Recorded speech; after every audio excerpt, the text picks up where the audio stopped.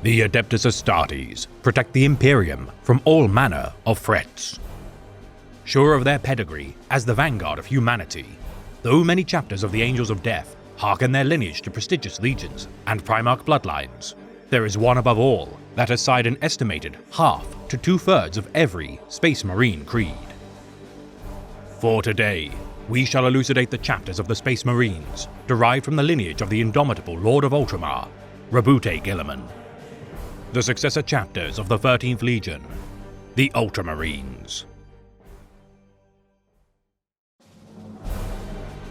Know this, son of Guilliman. The father of our chapter watches over us always. He knows your soul, your strengths, and even your fears. I share your pain at the loss of brother Captain Idaeus, but to dishonor his name with grief is wrong. He gave his life so that his battle brothers would live, and the enemies of the Emperor would be defeated. A warrior can ask for no better death than that. Captain Idaeus was the senior officer, and you were duty-bound to follow his orders when they were given. The chain of command must not be broken, or we are nothing. Discipline and order are everything on the battlefield, and the army that lives by this credo will always triumph. The Legiones Astartes would symbolize the dawn of a new era of humanity. Demigods of warfare, the Emperor's Angels of Death would carve a sway through the galaxy and bring order to the chaos of the void. The pinnacle of the Imperium's might, these ceramide-clad knights would come to epitomize the ideals and strength of the Imperium. Yet among all the founding legions, one above all would be praised as the single greatest legion, which all should aspire to emulate. The warrior kings of the 13th Legion, the Ultramarines.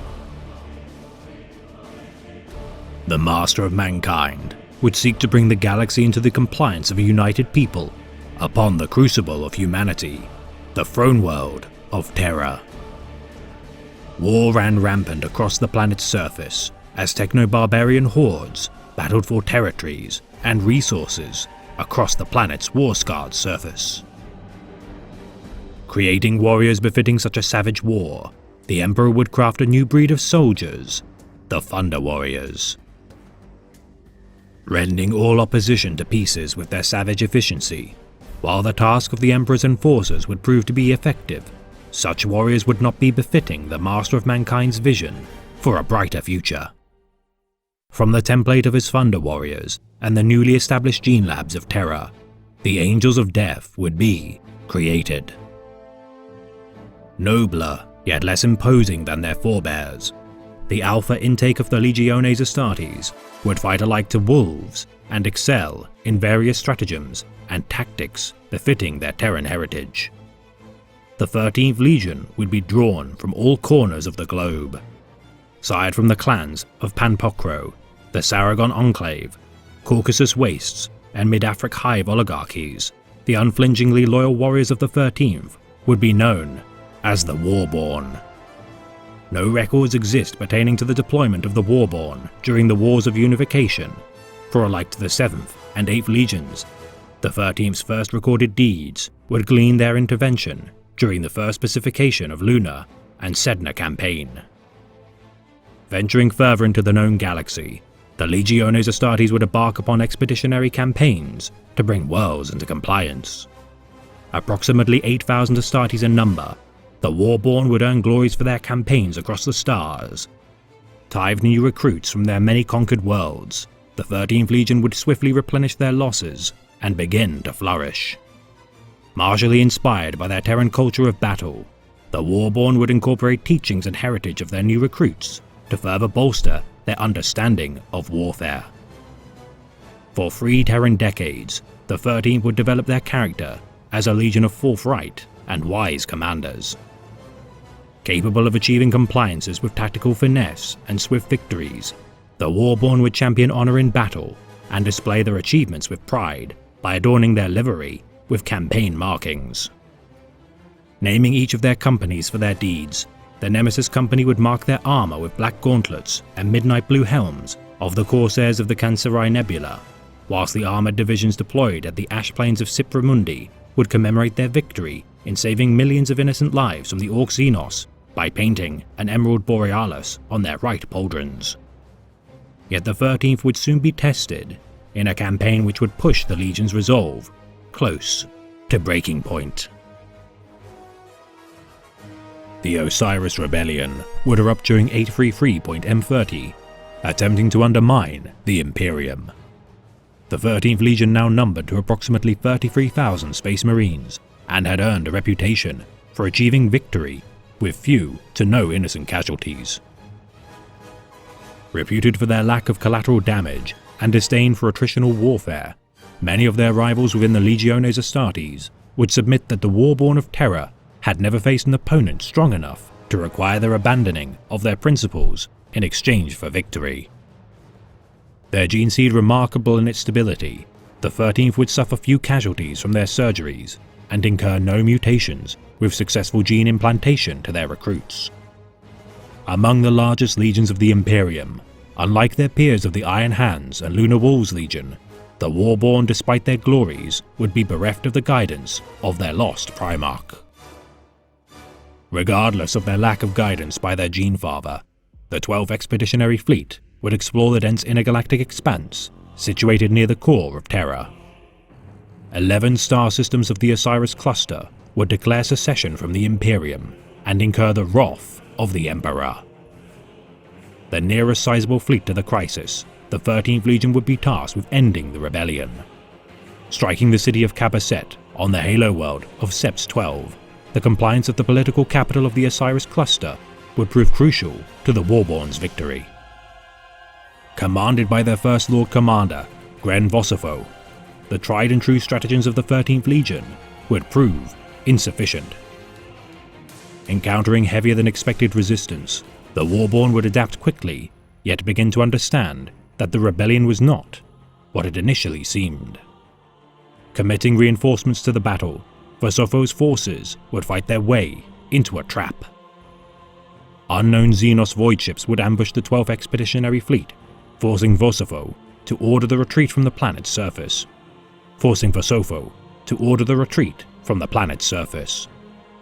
The Xenos and Astartes fleets would clash, with the Xenos bearing overwhelming might.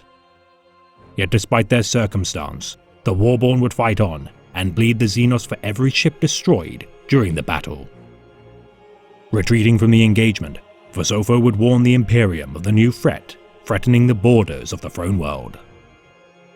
Appointing his lieutenant, Marius Gage, as the new First Master of the Legion, Vosofo would battle alongside his kin and give his life to allow for the retreat of his men on the planet's surface. Incurring losses of 6,500 Astartes during the battle, the Warborn would resolve to never again incur such losses. Returning to the system with aid from the Solar Armada and Salamander's Legion, the Imperial forces would find no trace of the Osiris Cybrids. Swearing a blood oath to hunt down the powerful Xenos, the 13th Legion would remember the words of their slain Lord Commander. "I am told that once the numeral 13th was taken as an ill omen by the weak-minded and those enslaved by the lies of superstition. But in the Emperor's service, we shall make it a byword for redemption and glory." Under the stewardship of Marius Gage, the 13th would rebuild once more and redouble their efforts during the Great Crusade. Yet fortunately for the Warborn of Terra, a balm would soon restore their wounded pride. The return of their long-lost Primarch. With the scattering of the Primarchs across the stars, a child of the Emperor would land upon the planet of Macragge within the eastern fringe of the galaxy. A decayed empire once founded during the Dark Age of technology, the nonetheless cohesive society maintained warp-capable means of travel, allowing for their sublight spacecraft to travel and communicate with their neighboring star systems. Discovering the Primarch's gestation pod, and recognizing its provenance as a technology of a superior civilization, the young boy within would be brought before the Consul of Macragge, Conor Guilliman. Naming the child Roboute, or Great One, Conor would raise the child as his own and watch his adopted son mature into a man of immense wisdom, intellect and strength. Mastering his homeworld's intellectual conundrums by the age of 10, Guilliman would prove a quick study of history, science, philosophy, and governance. Yet among all the boy's talents, he would prove a genius in the arts of war. Granted command of an expeditionary force tasked with pacifying the lands north of the capital of Magna Macragge Civitas, Roboute would combat the mercenaries of the lands of Illyrium. Earning the respect of the Illyrians, Roboute would broker a peace with his enemies and return to Macragge Civitas. Finding his city engulfed in turmoil, the co-consul of Macragge, Galen, had unleashed a coup d'etat against Conor in a bid to usurp his authority and claim sole rulership of Macragge. Hurrying to his foster father's location, Roboute would arrive too late to prevent his mentor's fatal wounding during his defense of the Senate House. Leading his men for 3 solar days following his injury, Conor had defied death's embrace long enough for his son's return. Dying in Roboute's arms, Conor would detail Galen's betrayal before perishing. Fueled by vengeance for his father's death, Roboute would rally the beleaguered soldiers and citizenry of Macragge and destroy the aristocratic rebels and their armies. Restoring order to the city, Roboute would assume the mantle of Consul of Macragge and see to the execution of Galen and his co-conspirators. Reorganizing Macragge's hierarchy and social order, Guilliman would enforce a meritocratic system which would see the glories of his world burgeon. Yet unknown to Guilliman, high above the orbit of Macragge, his true father, the Emperor of Mankind, had toiled to breach warp storms, preventing his reunion with his son. With the subsiding of the warp storms, the Emperor would find Macragge to have undergone a breathtaking transformation of human progress and industry. Now the shining jewel of an empire spanning the now Ultramar system. Incredibly pleased with his son's deeds, the Emperor would descend upon Macragge and reunite with his son. Swearing his allegiance to the Imperium, Roboute Guilliman would be installed as the Master of the 13th Legion, and in his image, renamed the Warborn of Terror as the Ultramarines. Rejoicing at the return of their Gene-Sire to the Legion, the 13th's fortunes would greatly increase. A leader of virtue, intelligence, and master of administration, the Ultramarines Legion would swiftly be transformed into the manifestation of the Imperium's ideals. Remolded as a legion supported by vast manufactorums, efficient supply chains, and innumerable fresh recruits, the 13th Legion would swell to become a challenge to even the might of the vaunted 16th, the Lunar Wolves. Adopting the realm of Ultramar as their new epicenter of mobilization, the 500 Worlds would provide unmatched resources to the 13th Legion. No longer a single arm of the Imperium's military strength, the 13th Legion would now act as an empire within an empire, serving the objectives and vision of the Master of Mankind. Building upon the Legion's Terran character, it is deemed by most that of all the founding legions, none would be so fortunate as to inherit the fortunes and glories of such a vaunted and industrious Primarch. Instilled with personal pride of their lord, the Ultramarines would never shrug from the chance to prove themselves worthy to earn the praise or regard of their valiant Gene-Sire. Adopting the livery of deep blue trimmed with gold, the sign of the Ultima would be a symbol worn with pride by its warriors and praised by those who looked upon it. Conquering worlds more rapidly than any of their peers and increasing the standard of living for all brought into compliance by their hand, the Ultramarines had become paragons of the Great Crusade. Yet despite their unimpeachable record of services to the Imperium, the Emperor would also deploy the 13th as the judges of his will, alike to their times as the Warborn of Terror. And one enforcement of the Emperor's will above all would be recorded in history as a pivotal moment in the downfall of the Legiones Astartes. Monarchia, a city of immense grandeur crafted by the Word-Bearer's Primarch Lorgar Aurelian, would epitomize the Emperor's most disdained ideals. Worshipping the Master of Mankind as a god, the people of Khur would pray within the gaudy parody of the Emperor's visage, in emulation of the 17th Legion's preachments. Commanding Roboute Guilliman and his Ultramarines to tear the city of Monarchia to the ground, the Word-Bearers would watch in horror as their perfect city burned. The ashes of their hubris would stain the armor of the 17th Legion as the psychic might of the Emperor forced them to kneel in the shame of their rebuke. The Ultramarines would watch uncomfortably on, unerring in their duty, yet bearing no ill will to their crestfallen kin. Favoured above all within the ranks of the Legiones Astartes, it would seem inevitable to the 13th Legion that the Emperor's decree that a War Master of the Imperium should be needed, their Primarch would be a fitting candidate. Yet with their intervention of the Ulanor Crusade to combat the greenskin tide of the Empire of Erlak Erg, the War Master would be crowned. Alongside the White Scars and Lunar Wolves legions, the Ultramarines would allow for the Emperor and his stalwart protege, Horus Lupercal, to assault the Orc stronghold upon Ulanor and slay the foul Xenos. The Emperor would decree that a vast parade in celebration of the Ulanor triumph would honor the service of the Imperium's tireless and glorious deeds. Proclaiming his leadership of the Great Crusade to have come to an end, the Master of Mankind would return to the throne world and bequeath the title of War Master of the Imperium to the Lunar Wolves Primarch, Horus Lupercal. Given the authority to command every legion and their Primarchs as the first among equals, Horus's ascension to the role of War Master would not go without critique. The Lupercal believed himself to be unworthy of the title, and would in private deem Guilliman to be the most deserving of his brothers of the title, yet learn to shoulder his new burden. Yet such a burden would prove to be too great for the Lupercal, and with his wounding upon the world of Darwin, a new dark future would befall the Imperium. Swearing allegiance to the ruinous powers, Horus Lupercal would rescind his loyalty to the Imperium, and in secret plot to overthrow his father's empire.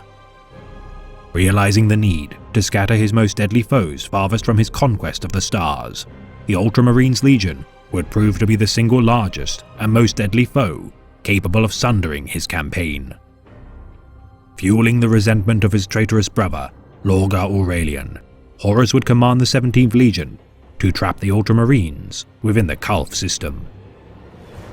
Ordering Guilliman to confront the Orc Xenos within the eastern fringes, far away from Terra, the Ultramarines would be diverted from the theatres of war that would soon erupt. Mustering in orbit of the planet of Calf, the Ultramarines would meet with their cousin legion of the Word-Bearers with open arms. Positioning their men within the ranks of the 13th Legion, the Word-Bearers would stab their vulnerable allies in the back and kill many in their acts of sabotage.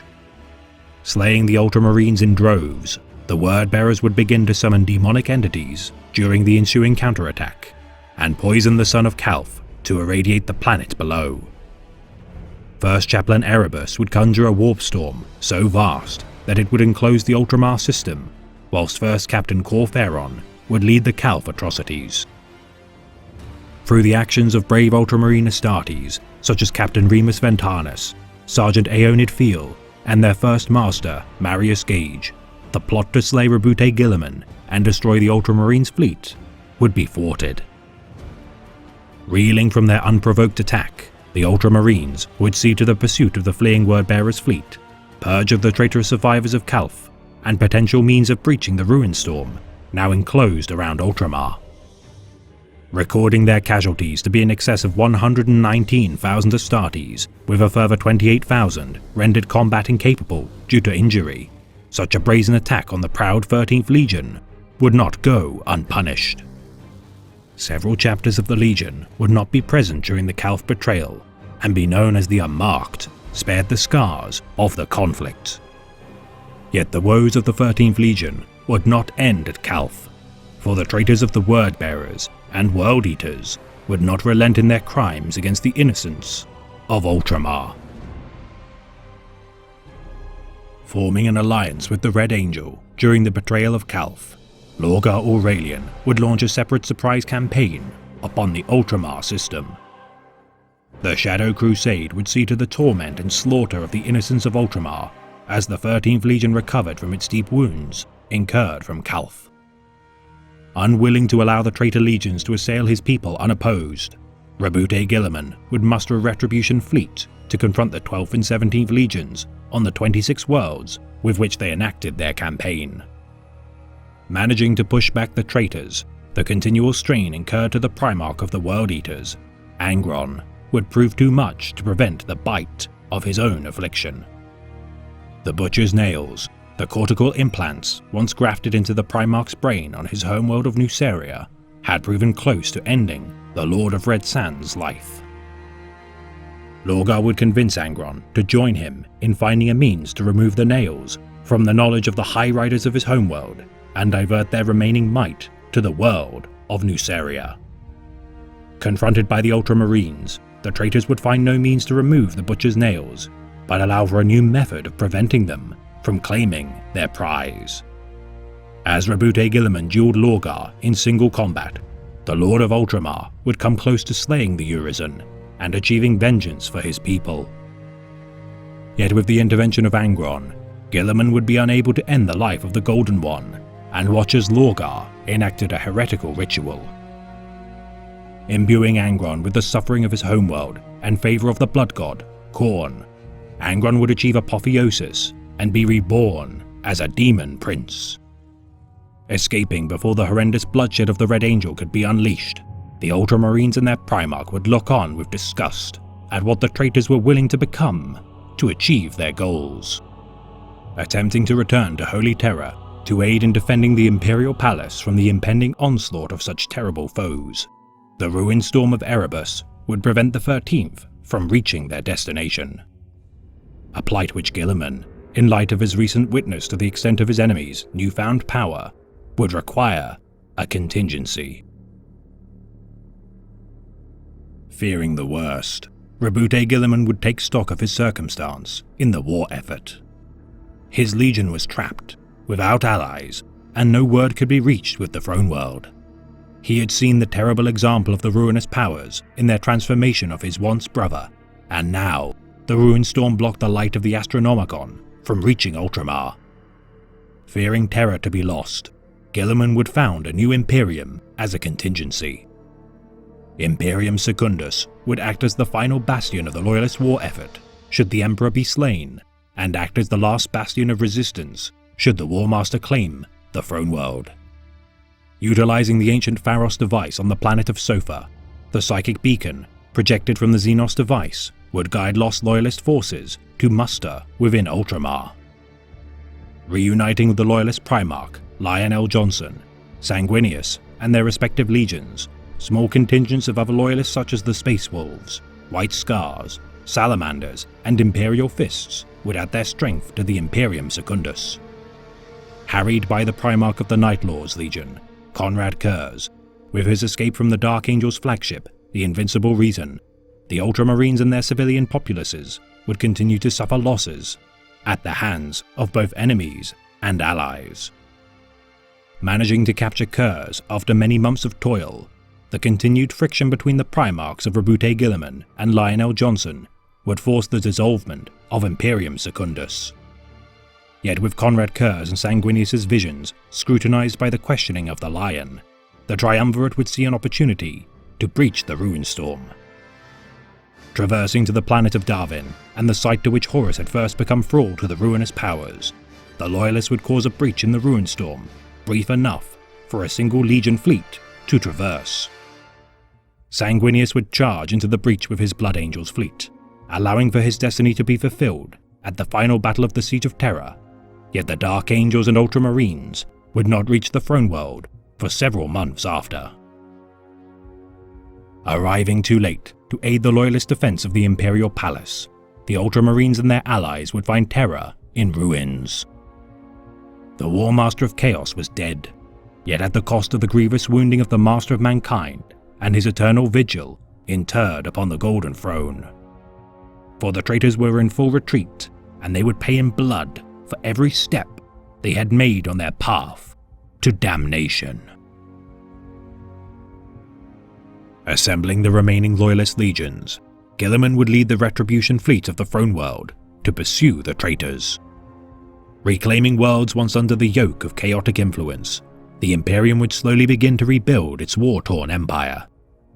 Long isolated from the most devastating battles of the Horus Heresy, the Ultramarines now stood as the single largest Loyalist legion, capable of crushing the traitor remnants under their heel. Dividing the legion into smaller contingents to bring order to the unrest of the galaxy, Guilliman would watch his brother Primarchs seek penance for their failure by hunting down those fleeing their wrath. Driving the traitors into the Eye of Terror, Guilliman would draft a new compendium to prevent another catastrophic event from happening again. Penning the Codex Astartes, the now Lord Commander of the Imperium would command every Loyalist legion to distribute their remaining might into descendant Adeptus Astartes chapters. Preventing any singular individual from amassing a unified army of such immense strength, the first founding chapters would sire on average fewer than 5 second founding Space Marine chapters due to their vastly depleted numbers. Yet this would not be the case for the Ultramarines. Forming dozens of successor chapters, each distinguished for their acts of valor during the Horus Heresy, no records exist citing how many chapters would be formed, with the closest approximation being 23.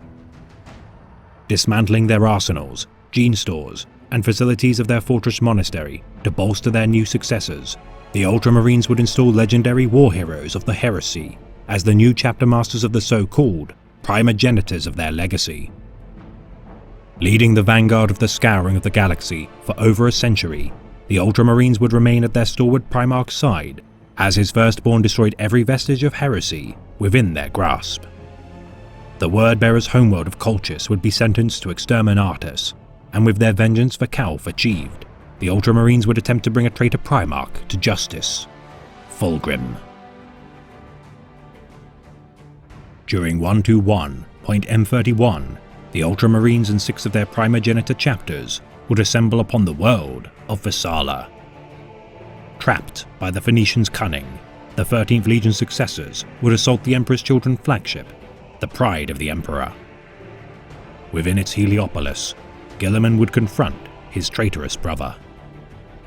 Bested in the ensuing duel, Guilliman's throat would be cut by Fulgrim's poisoned blade. Retreating from the battle aboard the de facto Ultramarine flagship, the Gauntlet of Power, the Ultramarines would shepherd their Genefather to their homeworld of Macragge. Unable to revive their wounded Primarch, the Ultramarines would enshrine his body within the Temple of Correction.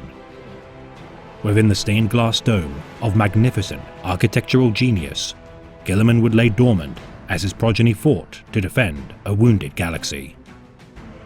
For 10 millennia, the Ultramarines and their firstborn would stand vigil against the darkness as the single largest contingent of the Loyalist Astartes chapters.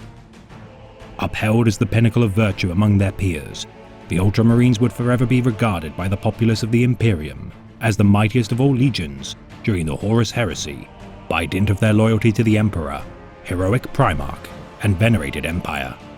Standing against the new terrible threats inflicted upon the galaxy, such as the Tyranid swarms and lost dynasties of the Necron, the Ultramarines would bleed and die in the name of their Genefather. Abaddon the Despoiler's heinous 13th Black Crusade would rend the galaxy in twain, and with his Black Legion's invasion of Ultramar, all hope would seem to be lost. Yet with the intervention of a band of unlikely allies, the waning decay of the Imperium and its legacy would be renewed. Archmagos Belisarius Cawl, the Living Saint Celestine, Yvraine the daughter of Shaze, and several other warriors would form an alliance known as the Celestinians. Convening with the Ultramarines chapter master, Marneus Calgar, the Celestinians would be allowed access to the Primarch's tomb. As the Black Legion tore through the temple, through the ministrations of Cawl and Yvraine, the avenging son of the Imperium would arise. Clad in the armor of fate, Guilliman would take to the field and annihilate the forces of chaos alongside his Ultramarines. Reinstated as the true leader of the 13th, Guilliman would unleash his strategic genius and facilitate the repelling of the Black Legion's forces within 7 solar months. Journeying to Holy Terra, Guilliman's Terran crusade would be fraught with many trials. Confronted by the Thousand Suns and their chaos-imbued liege, Magnus the Red, despite his overwhelming strength, the Avenging Sun would not be denied. Defeating his foes, Guilliman would meet with the Emperor and be reinstated as the Lord Commander of the Imperium. Wielding the Emperor's sword as his badge of office, Guilliman would organize a new crusade to reclaim the galaxy. The Indomitas Crusade, bolstered by a new breed of Astartes, the Primaris Space Marines, Guilliman would dispatch his new fleet of warships to reclaim the stars once more. The Ultramarines, ever at their spear tip, despite the realm of Ultramar's infestation of the Pale King, Mortarion, the sons of Macragge would not falter in their defiance against chaos. Their empire infected with vast plagues of untold misery and virulence, many resources and lives would be spent to rebuild Ultramar's ever-besieged empire. Yet under the leadership of the Avenging Sun, the Indomitus Crusade would begin to draw to a close. With the chaos-overrun Galactic North cut off from Terra, the expanse of the Tau Empire to the east, and High Fleet Leviathan's resurgence to the west, the Ultramarines are spread thin across the galaxy. Yet their blades and bolters shall not want for targets as they slay the enemies of humanity and fight for every last vestige of their past glories. To be recruited among the ranks of the Ultramarines is one of the highest honors in the Imperium. Drawn from the many worlds of the Ultramar system within the galactic eastern fringe, aspirants inducted into the chapter must overcome one of 2 trials. Through the exposure trial, each aspirant must endure the harsh environments of one of the most hazardous worlds of the Imperium, with no aid and few supplies. Whether drowned in constant downpours of stinging rain, choked within irradiated smogs of industrial worlds, the chill of sub-zero ice wastes, or evading the claws and teeth of predatory beasts within vast jungles, the exposure trial weeds the weak from the ranks of the aspirants. Their fortitude and survival instinct proven, aspirants who survive the trial of exposure shall be installed as neophytes of the chapter and treated for their inevitable wounds, dehydration, and ailments by the chapter's apothecaries. Even newborn infants are not beyond the test of the trials, for it has been recorded that the warrior elite of Ultramar, alike to the ancient Terran Spartans, would cast their newborn infants into the wilderness to test their resilience.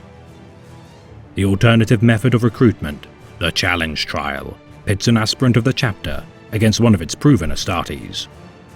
Measured not for his success, for it is nigh impossible for a mortal man to best an Astartes, aspirants undergoing the Challenge Trial are scrutinized for their degree of failure.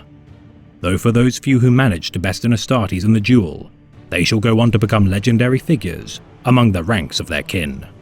Aspirants are armed with armaments, whereas the Astartes shall battle with their bare fists without the aid of power armor.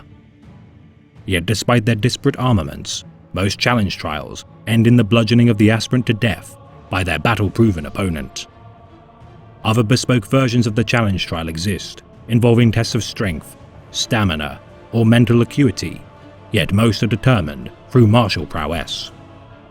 Though drawing predominantly from noble houses of Ultramar, no aspirant is elevated above another through their familial name nor status. Only the worthy survive the trials and are implanted with the chapter's immensely stable gene seed. With no notable mutations or failed functionality, only an average of 1 in 10 neophytes shall survive the implantation surgeries and incur rejection or mutation. Once incorporated, the gene seed of the 13th shall bolster the host's adoption of hierarchical command and boost their aggressive tendencies. Gifted a near pathological psychological need to achieve the objectives of their chapter, the battle brothers of the Ultramarines, even if rebellious in nature, shall change into warriors content with following orders and doctrine. Following the example of the Principia Bellicosa, originally outlined by the Master of Mankind and his military advisors, the Ultramarines Legion would originally divide its men into companies of 1,000 Astartes. Such companies would be further incorporated into chapters, often into sets of 10 companies per chapter. With over 250,000 Astartes among the Legion during their peak, the 13th Legion would create 25 chapters in total. Honoring their warborn heritage, Roboute Guilliman would see the virtue of their foundations as effective and build upon their example with his own structures. Taught to glean insight from their peers, the 13th Legion would look to their cousin legions to identify and incorporate useful tactics. Striving to continually adopt new and unique stratagems into the fold, the Ultramarines would, alike to their gene father, prove fastidious in their observations and analysis. Despite their nature to adopt new methods of war, the Ultramarines would field remarkably few specialized companies. Instead, focusing on diverse arrangements of weaponry evenly within their ranks, the Ultramarines would champion versatile assortments of firepower suited to any engagement. Capable of achieving victory in any campaign through adaptability and application of force, the Ultramarines would deploy overwhelming majorities of tactical and assault units supported by artillery, gunships, and transport vehicles. Remolding their ranks into individual Crusade expeditionary fleets, the Ultramarines would tailor their ranks to better achieve victory for each specification of their crusades. Chapters such as the 4th, known as the Aurorans, would be regarded as armoured warfare specialists, whilst the 22nd chapter, the Nemesis chapter, would, by virtue of its predominantly Terran contingents, operate a majority of destroyer squads, and routinely deploy exterminatus bombardments against foregone planets. With the Legion's dismantling, such chapters of repute would go on to retain such chapter names and carve their own legacies across the stars, much alike to their Legion heritage. Led in turn by chapter masters, these senior officers of the Legion would be assisted by lieutenants known as legati, who in turn would command each captain of the chapter, who would command 1,000 Astartes. Yet with the sundering of the Legion and reconstitution of the Ultramarines chapter and its primogenitors, vast changes would be made.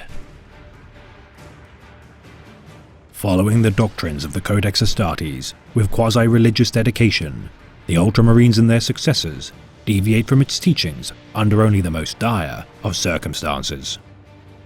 Divided into 10 companies of 100 Astartes each, the captain of each Ultramarines company are revered as legendary figures among the chapter. The first battle company, the Warriors of Ultramar, comprise the chapter's elite Astartes. Led by the Regent of Ultramar, Captain Severus Agaman, the glories of the chapter's veterans are legendary, and for their deeds are equipped with the finest weapons and armaments. Clad in Terminator pattern armor for close engagements and supported by Sternguard veterans for ranged firepower, only the most grotesquely powerful opponents, instilled with terrible strength, can best the mightiest warriors of Ultramar. Deploying a contingent of their men to form Strike Force Ultra, the formation led by the first captain himself combats the deadliest of foes besieging their subordinate companies. The second battle company, the Guardians of the Temple, is arguably the most famed of all the Ultramarines companies. Led by Captain Sevastus Acheron and his Lions of Macragge, the legacy of their former captain, Cato Sicarius, nonetheless still remains among their ranks. Daring in their maneuvers, with the return of their former captain during the Plague Wars of Ultramar, their reputation for immense martial prowess is well earned. Honor-bound to guard the Temple of Correction within the Fortress of Hera, they would be the first sons of Macragge to witness the revival of their long-dormant Primarch. Gifted the supplementary title of Avengers of Ultramar personally by their Primarch, the second company remains at the forefront of every major engagement of the Ultramarines campaigns as their foremost battle company. The third battle company, the Scourge of Xenos, won glory for their chapter during the First Tyrannic War and countless centuries of service to the Death Watch. Led by Captain Mikhail Fabian, these expert Xenos killers defend the eastern fringe of the galaxy from incursions of Tyranids, Orcs, Tau, and other foul beings such as the Hrud. Facing the most monstrous of enemies with blade and bolter, the Scourge of Xenos deploy aggressor squads and Centurion warsuits to crush their savage foes. The fourth battle company, the Defenders of Ultramar, hearken their honours to their days of the Horus Heresy during the betrayal of Calth. Led by Captain Uriel Ventress, the beleaguered fourth company has faced opponents such as demons, Tyranids, Orcs, Tau, and Chaos Space Marines in their attempts to destroy Ultramar. Contravening the outlines of the Codex Astartes during the Tyranid invasion of Tarsus Ultra, their methods of waging war have nonetheless proven effective. Utilizing Thunderfire cannons, Vindicator tanks, and heavy firepower support squads, the defenders of Ultramar uphold the legacy of their legendary forebear, Remus Ventanus, as the Fourth Company attempt to reunify the lost remnants of the 500 worlds of Ultramar. The Fifth Battle Company, the Wardens of the Eastern Fringe, are deployed far and wide across the galaxy. Led by Captain Kaito Galenus, the Gladius Blade of the 13th strike their enemies with precision and rapid maneuvers. Battle Brothers assigned to the Fifth Company rapidly accrue experience fighting the enemies of the Imperium and allow for joint campaigns to be fought alongside Knight Houses and other Imperium forces such as the Sisters Sororitas or cousin chapters. The wide-reaching public face of the chapter, the Fifth Company bolster bonds of camaraderie with allied forces and earn glory in the name of Ultramar. The Sixth Reserve Company, the Brethren of the Forge, act as the foremost support company of the chapter. Led by Captain Maximus Epiphus, the fighting strength of the Sixth Company often falls below capacity due to the Ultramarines' need to reinforce battle companies. Trained extensively in armored warfare tactics, the Brethren of the Forge employ the Spear of Macragge formation to deadly effect in their purging of the enemies of humanity. The Seventh Reserve Company, the Defenders of Caesarion, comprise the majority of their ranks with tactical and intercessor squads. Led by Captain Ixion, the 7th Company sees garrisoned fortifications and strategically important objectives, exposing flaws in their enemies' flanks and weak points. Trained in the use of Stormhawk gunships and other fast-moving aircraft, the Defenders of Caesarion share close bonds with the Iron Hands chapter since their cooperative campaigns during M38 and honor their bond through the iron chain of their heraldry. The 8th Reserve Company, the Honor Blades, specialize in close combat engagements. Led by Captain Helios, the Honor Blades favor the use of jump packs, jet bikes, and aggressor armor to hasten their melee combat. Armed with power axes, chainsaws, and one-handed weapons such as bolt pistols and melter bombs, the 8th Company rotate their number into the other companies of the chapter to further hone their skills at arms. Mastering the understanding of the tenets of the Codex Astartes during battle, the 8th Company must kneel before their captain, bearing the title of Lord Executioner upon induction to the company, and swear an oath to defend the Emperor's Imperium with his life, no matter the horrors he may face or the unwinnable odds he shall battle. Swearing his oath once more, with the High Executioner's blade at his neck, a single drop of blood shall be drawn by its tip, with the promise of a swift death should the Astartes ever betray his oath. The 9th Reserve Company, the Stormbringers, are masters of overwhelming firepower. Led by Captain Sinon, the Stormbringers deploy vast amounts of Devastators, Suppressors, Eliminators and Hellblasters to cleanse the battlefield with firepower. Harboring Battle Brothers graduated from the 10th Company, the Reserve Company defend important infrastructure during campaigns and support their battle companies with static positions of weaponry. Guarding the relics of the chapter, under the guidance of their captain, he shall be known as the Master of Relics and swear to guard them with his and his company's lives. And finally, the 10th Company, the Scions of Ultramar, act as the scout company of the Ultramarines. Led by Captain Antilochus, each neophyte of the chapter shall be trained in infiltration tactics as they prove themselves worthy to one day don the full ceramite plate of their senior battle brothers. Fielding 100 Vanguard Space Marines, the less heavily armed and armored Astartes of the 10th Company support their veteran kin in small squads and even alone in the field of battle. Learning self-reliance and honing their experience as warriors, every member of the Ultramarines can recall their first steps as a member of the 10th Company in their vaunted legacy. Bolstered by the veterans of the First Tyrannic War, the elite so-called Tyranid Hunters of the 13th bolster each company and share their experience in dealing with the most abhorrent threats to the Imperium. The fortunes of the Ultramarines would burgeon with the return of their Primarch, yet there are many exalted heroes of their ranks whom would bring glory to their chapter. Formerly led by their chapter master, Marneus Calgar, for 2 Terran centuries, Calgar would command the most revered Astartes chapter as the epitome of the Imperium's stalwart defiance against the darkness. Protected by the Ultramarines' Victrix Honor Guard, each wielding axes of Ultramar, these legends of the chapter, bedecked in ornate artificer armor, defend the most venerated chapter master of the Imperium. The mightiest of the Victrix Guard are armed with honor blades and charge into battle alongside the chapter champion, as an ancient hero of the chapter holds their banner aloft to herald the demise of their foes. Masters of both war and diplomacy, Guilliman would personally appoint these exemplars of his once legion to embody the legacy of his deeds. Though Roboute Guilliman would maintain overall command of the legion, his 5 Tetrarchs of the 5 King Worlds of Ultramar would rule over each of their respective subsectors during the days of the Great Crusade. Sundered with the dormancy of their liege, the old Tetrarch Council would be replaced with the legates such as Orfeo Cassandar, Valentus Dolor, and Dracus Gorod.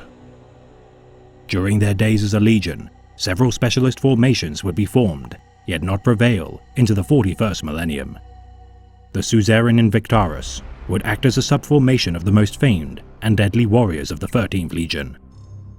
Known as the Invictari, the band of elite warriors would serve as a proving ground for Astartes capable of one day ascending to the highest echelons of command. Forming the retinues of each of the 5 Tetrarchs of the Legion, each contingent of the Invictari would act as honor guards, enforcers, and military battalions for each Tetrarch. Ranging from several thousand to as few as 100 Astartes in number, each Suzerain Invictarus force would be hand-tailored by their Triarch to meet their needs. The Fulmintarus Terminator strike squads would be crafted by Roboute Guilliman, following his observations of the Iron Warrior's Tyrant Siege Terminators in battle. Improving on their tactics, the Fulmintarus would be equipped with Cataphracti pattern Terminator armor and armed with Reaper autocannons, Cyclone missile launchers, and Storm bolters. The Locutarus Storm Squads would wage war at the forefront of battle. Courageous and relentless warriors, the Locutarus would strike with pinpoint precision, armed with blades and bolt pistols. Capitalizing on weaknesses in enemy formations, the Locutarus would be the final incision strike to collapse their enemies' positions.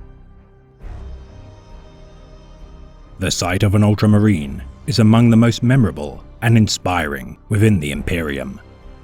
Clad in brilliant blue armor, trimmed with gold ornamentation, the proud warriors of Ultramar wear the symbol of the Emperor's Aquila on their chest and the Ultima of their empire with pride on their left pauldron. Adorning their squad specialty upon their right pauldron, such as battle line, close support, fire support, veterancy, or command, centered high Gothic numerals above the design identifies their squad. The trim of their armor denotes their battle companies, whilst the painting scheme of their helmets denotes rank. Veterans wear white, unadorned helmets, while sergeants wear red helmets centered with a white skull and add a red skull design atop their Ultima pauldron. Veteran sergeants add a white stripe and skull to their red helmet design, whilst lieutenants utilize a white and red stripe on the traditional blue helmet centered with a white skull and bear a white skull upon a sunburst design on their pauldron. Captains wear simple blue helmets with a white skull, yet also employ ornate iconography on their right pauldron. Apothecaries of the Legion wear stark white armor, whilst Tech Marines of the chapter paint their armor red to honor the Tech Priests of Mars, and chaplains garb themselves in black armor. Librarians of the chapter paint a white vertical stripe upon their helmets, whilst retaining the blue color of their chapter. For as the exemplars of the Codex Astartes, there are none more scrutinized for adhering to its tenets on heraldry. Yet every Ultramarine of note bears many insignias and campaign honors for their countless deeds in battle. Strong of will and unerringly loyal to their Primarch, the Ultramarines share a fragment of their Genesire's genius in both military strategy and governance. Prior to his return, the 13th would treat the decrees of the Codex Astartes as sacred texts. Deviation from such outlines would incur censure and disgrace, as to many, these words would be sanctified by the Emperor himself. Disciplined and stoic figures, the Astartes of the Ultramarines would shoulder the greatest burden of any loyalist chapter to preserve their ever-decaying empire and shepherd the innocence of the Imperium from harm and malevolence. Championing honor, moral virtue, and courage above all, the Ultramarines are seen by many of their peers as priggish and sanctimonious. Yet for all their detractors' claims, it is undeniable that the Ultramarines have borne the responsibility for near single-handedly binding the Imperium together in the wake of the Horus Heresy. Overseeing and guarding the Segmentum Ultima from the endless tides of heretics and Xenos threats, the Ultramarines have on many occasions been all that stands between utterly catastrophic campaigns of slaughter across the stars. Paragons of the Angels of Death, the 13th stand at the vanguard of 100 war zones across the galaxy and sacrifice oceans of blood to stem the tide of encroaching annihilation. The first among equals of the Adeptus Astartes, the primogenitors of the 13th Legion, now comprise estimates of as many as 2/3 of all Space Marine chapters currently active. Led by their returned Primarch, the near-mythic being of millennia past now reorganizes and bolsters the Imperium in its darkest hour. Alone in this regard, Roboute Guilliman attempts to salvage a broken empire with no hope of reprieve nor mercy. For each citizen of the Imperium to look upon an Ultramarine shall know a ray of hope in a tumultuous existence. For in the grim darkness of the far future, there is only war. And the once war-born of terror shall never falter in their duty to preserve his Imperium. What is the terror of death? That we die with our work incomplete. What is the joy of life? To die knowing our task is done. I stand alongside warriors of honor, and the warrior who acts out of honor cannot fail. His duty is honor itself. Even a warrior's death, if it is honorable, is a reward and can be no failure, for it has come through duty. Seek honor as you act, and you will know no fear.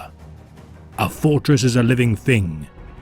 The commander its brain, the walls its bones, the sensors its eyes and ears, the troops its blood, their weapons its fists.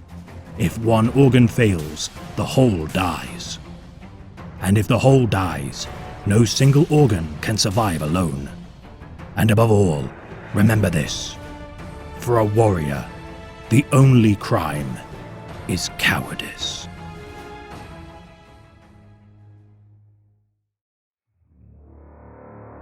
The Aurora Chapter are a second founding successor chapter of the Ultramarines. Once the fourth chapter of the Ultramarines Legion, the Aurorans championed vehicle warfare in excess of their contemporaries. Successful in their defiance against the Orc Xenos during the Battle of Sipra Mundi, their salvation of a populace in excess of millions embellished their visage as gleams of light reflected from their ceramite pauldrons. Their valor made manifest, the title of Aurora was befitting for these valiant sons of Guilliman. Following their involvement of the destruction of the Sons of Horus homeworld, Cophonia, this Aurora chapter continued to endorse armored warfare. Equipped with Land Raiders and Predator tanks in excess to any of their contemporaries, the Aurora chapter are renowned for their overwhelming armored assaults. Collaborating with the Emperor's spears during the Yukari insurrection, the Aurora chapter's pride would be challenged by the Sons of Nemeton. Despite their stalwart battle lines, the battles within Alara's Veil took a toll on both chapters as they incurred heavy casualties. The meticulous planning and strategies of the Aurorans, earning them far more glory than the Spears, Captain Tristance of the Arakani, balked at the theft of his own venerated chapter's glory. Said to have conducted an honor duel to remove the stain of their rivalry, both chapters claimed victory and continued to fuel their mutual animosity. As open conflict stirred between the chapters, it would be the duty of the Ultramarines to end the grudge, with their judgment in favor of the Aurora chapter ending the squabble. Stating they would never aid in the defense of Macragge should it be imperiled, the feud of the Emperor's spears continues to this day, though no reprisal has been enacted against the Aurorans. Sending cargo vessels to the world of Firestorm, chapter world of the Aurorans, The spears hail each exchange as tributes for their beloved cousins. The ship's hulls filled with seawater and ugly sea creatures known as abyssal vine serpents. This verminous species, of no nutritional value, represents the Emperor Spear's resentment. The honor roll of the Aurora chapter, including the armored assault of Grylos, quelling of the Goru heresy, Zeist campaign, and reconquest of the Forsar sector, the heavily armored assaults of the chapter have garnered praise and envy across the Adeptus Astartes. Their armor painted to a forest green trimmed with gold, Astartes of the chapter designate their squad indicators on their right pauldrons in white. Stenciling black High Gothic numeral squad markings on the center of their squad designations. Alike to all Codex-compliant chapters, the Aurorans follow the prescribed company trim conventions of the Codex Astartes. Sergeants of the chapter utilize red skulls on the brow of their helmets, whilst chaplains wear Rosarius amulets, gifted personally by the Imperium's ecclesiarchy.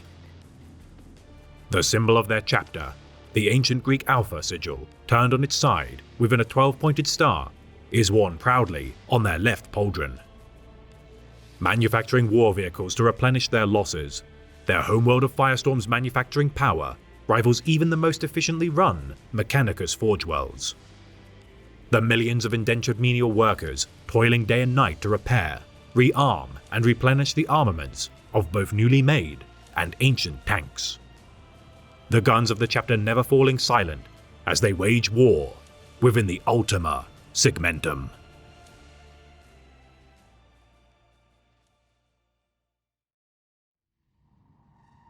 The Black Consuls are a second founding successor chapter of the Ultramarines. Originally the Ultramarines Legion 72nd chapter, founded by Chapter Master Arias Kordos, the warrior earned the title of the Bane of Lorgar for his victory against the 17th Legion during the Orbsar campaign. Tasked as among the 20 chapters of the Astartes Praesus, charged with patrolling sectors of space around the Eye of Terror, this uncompromising chapter abide the teachings of the Codex Astartes with zealous fervor. Pilgrimaging to the world of Macragge on regular occasions for 10 millennia, the veneration held for the Lord of Ultramar has earned the Black Consuls respect and camaraderie from their primogenitor. Fighting alongside the Ultramarines on countless occasions, their chapter master's position is valued as counsel to the hierarchy of Ultramar. Initially a crusading fleet-based chapter, their fortress monastery, the Noctis Obscurum, perished during the 40th millennium due to the sabotage of the Drukhari. Relocating to the world of Cyclopia, within the Calixus sector, the Black Consuls sought revenge against the Dark Eldar and began a 3-century crusade to enact reprisal. Across 15 star systems, the wrath of the Black Consuls harried the Drukhari, collapsing a subdimension of the Webway as Xenos blood coated their blades. Brutally efficient and bloody in their favoured method of drop pod assaults, despite the chapter's near extinction during the siege of Godef during 455.M41, in battle against the Iron Warriors and Wordbearers traitor legions, a contingent of their forces remained within the Jericho reach. Many of their remaining forces joining the Achilles Crusade during 777.M41. Even when at full strength, the chapter rarely deployed its forces en masse. Dispatching small squads to aid Imperial crusades across the stars, these dour warriors nonetheless proved to be stalwart allies to many Space Marine chapters, and for their cooperation received intel and resupply from their grateful cousins. Present during the fall of Cadia, culminating Abaddon the Despoiler's 13th Black Crusade, even at the brink of annihilation, the Black Consuls dispatched 4 battle companies to combat the arch-traitor of the Imperium. With the return of the Avenging Sun and creation of the Primaris Space Marines of Belisarius Cawl, the Indomitus Crusade sent aid to the beleaguered Black Consuls. Replenishing their numbers with hundreds of Primaris Space Marines, Lord Commander Rabute Guilliman repaid the loyalty of his second founding sons and tasked the Black Consuls with the defense of the Segmentum Pacificus. Clad in black power armor, trimmed with gold, the Black Consuls mark their squad designation with white paint on their right pauldron. centering black high Gothic numerals on the squad designations to identify their squad number. As vehement adherents of the Codex Astartes, the chapter trimmed their pauldrons using the outlines of the ancient tome. Their sigil of a white eagle's head on a field of black, imposed on their left pauldron, the sight of these spectres of death promises a quick demise to any who oppose the will of the Lord of Ultramar.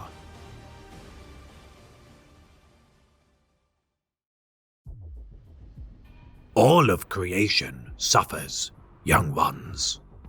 Only in accepting our own mortality can we make a difference. Only in bearing the burden of our failures can we find the strength to go on. Only in detachment from glory, or honor, or jealousy, from life itself, can we hope to spare others from grief. We are Doom Eagles, and we are dead already. The Doom Eagles are a second founding successor chapter of the Ultramarines. Hailing from the world of Garphis II, within its large mountainous peak, their fortress monastery, the Eyrie, resides. Founded by Captain Tullian Aquila of the Ultramarines Legion's 24th Company, the Exitium, their service during the Great Crusade and Horus Heresy specialized in support ordnance and artillery strikes. The stern first chapter master, known to have survived the Battle of Calth when stationed within the city of Ifrica. Though a sergeant at the time of the battle, his survival with only 2 battle brothers by his side saw to his hastened promotion through the ranks. Embracing Tullian Aquila's fatalistic demeanor, with the foundation of the Adeptus Astartes, the veteran captain sought to lead his new chapter into a new age of war, made in the name of protecting the citizens of the Imperium, no matter the cost. Masters of stealth and espionage, every Doom Eagle is instilled with the knowledge of their own fleeting mortality, and take no heed for self-preservation should it facilitate victory. Freed from the shackles of doubt, these courageous and determined warriors are among the staunchest defenders of the Imperium. Exhibiting emotions of depression when not in combat, their piety in fighting in the name of the Emperor, though effective, regardless draws scrutiny from their cousin chapters. Masters of spearhead assaults, favoring gunships and jump packs, these airborne Astartes descend from the heavens and, alike to their title, prove to be the bane of their enemies. The chapter fielding dreadnoughts in excess to many of their peers, the mantra, "Even in death I still serve," befits their gloomy outlook. Earning praise and adulation across the length and breadth of the Imperium, their heritage as sons of Roboute Guilliman proves to counteract their otherwise grim countenance. Recruiting new aspirants every 13th day of the 13th month of every solar cycle from their storm-ravaged homeworld, upon the largest razor peak, the Ghost Mountain, initiates from the tribes of Garphis II are tested. Forming a governing body, in imitation of the Senatorum Imperialis of Terra, the chapter's Council of Eagles comprised of their highest-ranking Astartes convene to discuss future campaigns and pressing matters. Their chapter master known simply as Commander, company captains, senior apothecaries, chaplains, forge masters and librarians advise their leader on how best to command their forces. Regarded well by the chamber militant of the Ordo Xenos, the Death Watch, each assault marine of this gloried chapter is invaluable to the vigils of the Jericho Reach. Honoring their dead by recovering armor plating, weapons, and war honors from their fallen, within the Eyrie's tallest tower, the Hall of the Fallen, relics from 1,000 battles adorn its walls. Grim trophies line the Reclusium, whether taken from Armageddon, Malvolian, Telemachus, or 100 other bloody wars. Each reminder of every fallen Astartes is placed side by side, as in death, all are equal. Most precious of all such artifacts are a single feather of Sanguinius, broken masonry of the Imperial Palace, and a shard of the Emperor's own armor, recovered during the Siege of Terra. Clad in silvered metallic ceramite embellished with red adornments, each warrior of the chapter signifies their tactical role with crimson upon their right pauldron. Black low Gothic numerals are centered upon the designs to signify their squad, whilst the coloring of their knee plate, coupled with black low Gothic numerals, identifies their company. The icon of their chapter, a stylized aquila replacing the eagle's head with a large white skull upon a field of silver, promising punishment to those who oppose the Imperium. Fighting during the Torment of Pyrrhide, Aquila's Crusade, defense of Bellis Corona, and Abaddon the Despoiler's 13th Black Crusade, with the revival of the Avenging Sun, the Doom Eagles have pledged much of their strength to Guilliman's Indomitas Crusade. For among all chapters of the Adeptus Astartes, few are as much of a testament to the moniker of Angels of Death, alike to the Doom Eagles.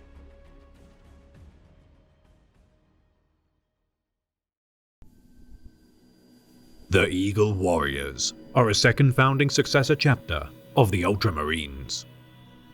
Their origins dating back to the days of the Great Crusade, prior to the discovery of the Ultramarines Primarch Rabute Guilliman, the then 20th chapter of the Legion proved to be experts of void combat.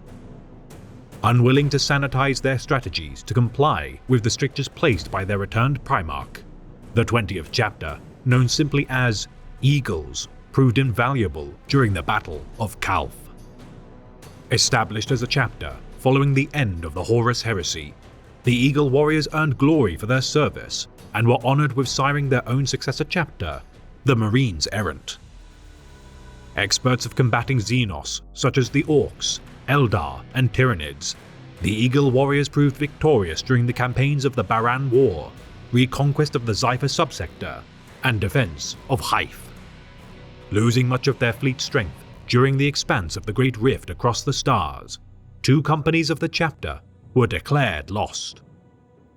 Clad in halved blue and white heraldic colors, the chapter utilized white markings of their tactical speciality upon their right pauldron, imposed with black High Gothic numerals to identify their squad number.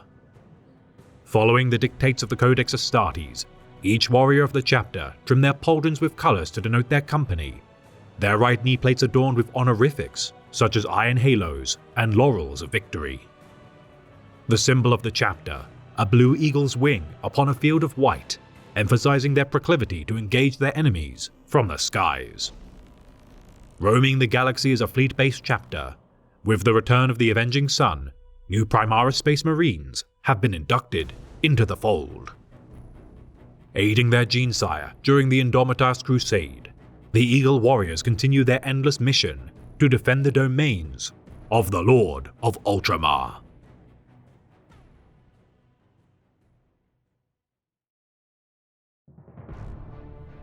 In my hands rests the fate, not solely of my chapter and my brethren, but of scores of worlds. Hundreds. With but a single command I can save 1 trillion faithful souls, or condemn them to death, or worse. Those who have not carried such a burden cannot imagine its cost. Yet I could not wish for a greater honor.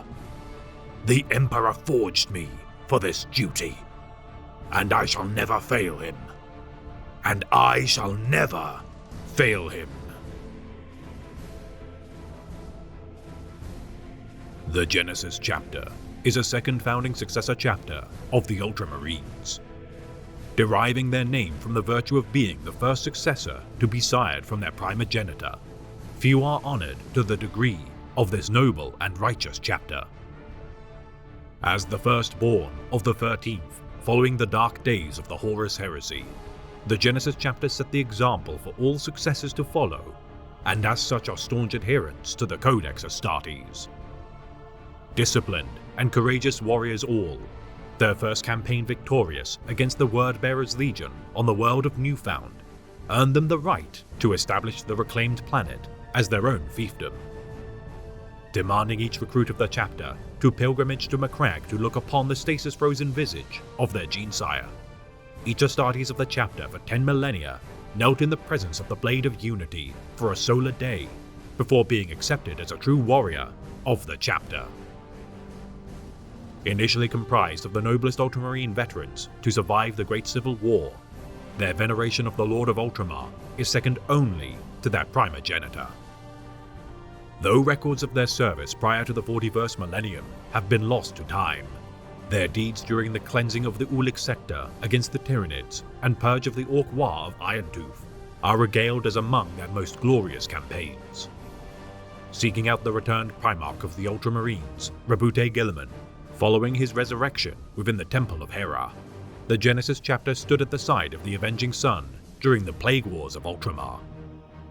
Committing 6 companies to the Spear of Espandor campaign, the Genesis chapter drove the pawns of Nurgle from the Espandor system, armed with their bolstered ranks of Primaris Space Marines. Refusing to deviate from any strictures of the Codex Astartes, the Genesis chapter are Ultramarines in all but name, and regularly conduct joint campaigns with their brethren. Should any Ultramarines company fall short of battle readiness, Astartes of the Genesis chapter shall be seconded to their primogenitor and adopt their heraldry.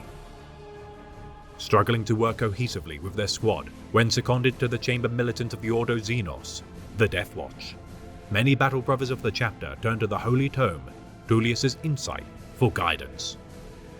Kept within Watch Fortress Ediok for each Genesis chapter Space Marine to consult. This collection of annotations from the Codex Astartes, mixed with Death Watch battle doctrine, guide the Sons of Newfound.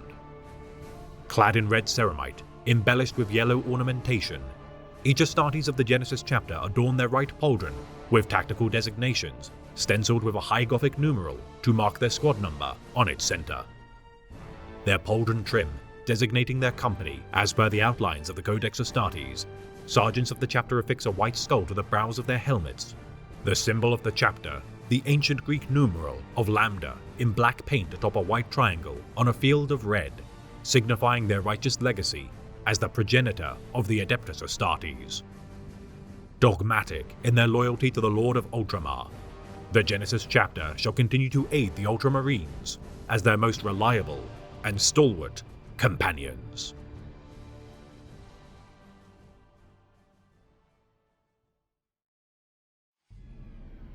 The Inceptors are a second founding successor chapter of the Ultramarines.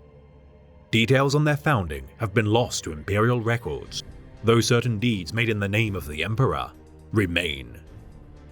Earning glory during the Macarian Crusade of 392.M41, with the death of Lord Solar Macarius a year following the campaign's conclusion, civil war and unrest racked his conquered domains. The Macarian heresy had begun, an era which would not conclude until order could be restored, and so it was that the High Lords of Terra dispatched several Astartes chapters to quell the unrest. Among such chapters, the Doom Warriors and Inceptors were deployed, their protracted battles besmirching one another's honor until the two came to blows within the Euxine system. Upon learning of the rivalry, the High Lords of Terra dispatched the Minotaur's chapter to end the dispute. Striking both chapters at full force, whilst the Doom Warriors managed to escape the wrath of the Minotaurs, the Inceptors incurred heavier losses. Trapped upon the world of Eucine, the Inceptors endured the carnage of the Minotaurs until less than 100 Space Marines of their chapter remained. Forced to surrender, the Inceptors watched as the Minotaurs pilfered their fallen Astartes battle honors and most precious armaments of their prized Voidcraft, first constructed during the heady days of the Great Crusade. Serving as an example for all Space Marines to witness, not even chapters of the gene lines of Ultramar were beyond the reproach from the will of the High Lords of Terra. Denouncing the Minotaurs as butchers with no sanction to enter the borders of Ultramar, despite the support and oaths to avenge their kin's reputation from the scions of the Ultramarines, the Inceptors struggled to salvage their honor. Clad in forest green ceramite, trimmed with gold and silver ornamentation, each Astartes of the chapter utilized tactical markings on their right pauldron with white paint. Green low Gothic numerals indicate their squad number on the center of such designs, their adherents of the Codex Astartes outlining their company designation to be represented by the color trim of their pauldrons. The symbol of their chapter, a green Ultima imposed on the letter I, their ties to the Ultramarines are overtly and proudly worn on their armor. the perilously depleted chapter seemingly having not received any Primaris Space Marine reinforcements. Many wonder if their extinction is inevitable.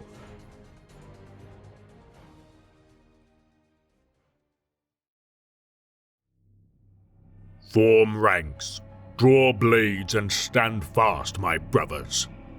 We shall show these traitorous degenerates the meaning of vengeance this day.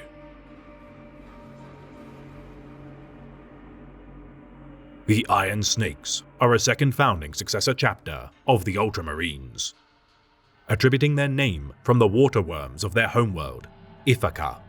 Each member of the chapter must slay such a beast using a sea lance in order to be worthy of induction into the fold. The ocean world regarded by its people as the cradle of snakes. Though lacking much landmass, the world offers a surprising variety of environments to hone their martial skill. Their fortress monastery, known simply as the Chapter House, located on the orbiting moon of Charybdis. Prisoners of war are interrogated deep beneath its foundations by the chapter's Archons. Non-compliant to the strictures of the Codex Astartes, this peculiar chapter venerates its former heroes. Regarding their chapter as a phratry, it retains 1,000 Astartes of maximum strength, yet divides its number into 10-man squads at maximum, called phratry units. Recruits of the chapter are called petitioners, acting as chapter servants until proven worthy of adopting the ceramite of a true battle brother through duels in combat against their potential future squadmates. The original commanding sergeants of the chapter's founding are honoured by naming the chapter squadrons after such legends, with the most prestigious of such battle formations regarded as notable squads, comprised of veterans similarly known as notables. Only 5 notable squads serve. Their names Paphos, Vili, Phoebes, and Damocles, with the most renowned squad Scipio attributed as the elite forces of the chapter, alike to a small first company. Appointment to such prestigious squads acts the same as regular squads, though aspirants willing to fight the best warriors of the chapter risk greater injury, though they are compensated with induction into the most glorious bands of warriors. Each squad must utilize a standard bearer, a support weapon specialist, and in the notable squads, an apothecary is customary. Should a squad perish entirely, elders of the chapter must replenish its number from scratch in order to continue the glories earned in the name of their forebear. Active during the War of the Beast, Sabbat World's Crusade, Ambush of Naxos, and Abaddon the Despoiler's 13th Black Crusade, this unorthodox chapter has earned glory time and again in the name of the Emperor. Tasked with defending the reef stars of Imperial space, the Iron Snakes often fend off invasion from the Drukhari, and to a lesser extent, the Greenskins. Conducting missions known as undertakings, each squad leader offers a token to the chapter's Kylix drinking cups on the eve of battle, to which the chapter master shall decide which volunteers shall take to the field. Peculiarly dispatching only small numbers of Astartes in any given campaign, it is not unusual for the chapter to send only a single Space Marine to war zones in order to investigate their severity. Favoring shield wall tactics armed with combat shields, war blades, and sea lances, though capable of fielding dreadnoughts and librarians, the chapter overwhelmingly prefers to utilize simple infantry formations of highly independent units. Every Astartes is given 2 sea lances before battle, for such javelin-like weapons are disposable yet highly effective in slaying high-value targets at range. Defending their home system, including the fiefdoms of Baal Solok and Rosetta from Highfleet Leviathan, the Iron Snakes defend the reef stars, tooth and nail. Donning armor of gunmetal grey adorned with a golden aquila and trimmed with red paint, each Astartes displays their tactical designation with blue paint on their right pauldron, their squad noted with High Gothic numerals on their left knee plate. The symbol of their chapter, the coiled blue water worm on a white background, epitomizes their pagan beliefs and rituals. Treating their homeworld's water as sacred, each Astartes conducts the rite of the claiming of water before embarking on distant campaigns. Carrying a copper flask filled with life water, every planet the Iron Snakes step foot on is anointed with the ocean water of their homeworld. Cremating their fallen, the ashes of dead Iron Snakes are interred within copper urns known as Eusipus until they are returned to Ithaca in order to release their ashes upon the ocean breeze.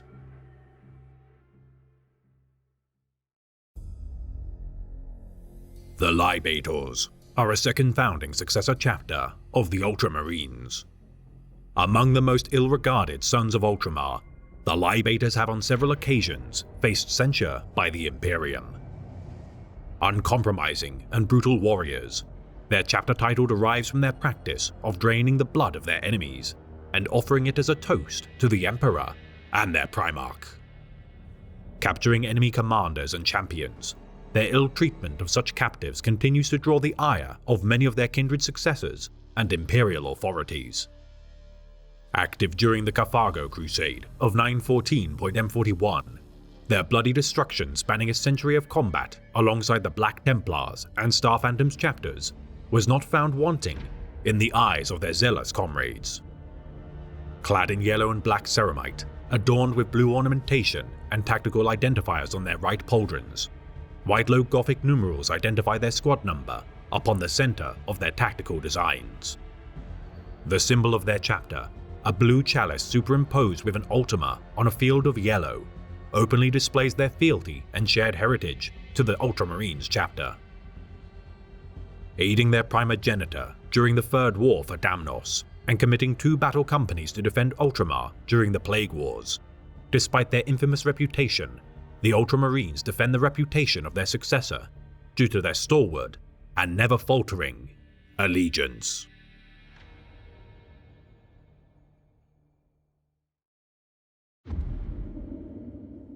We are the Skyborn, the Angels Macabre, the death that strikes from above. We cut the life cords of our foes, even before they realize the mortal danger they are in.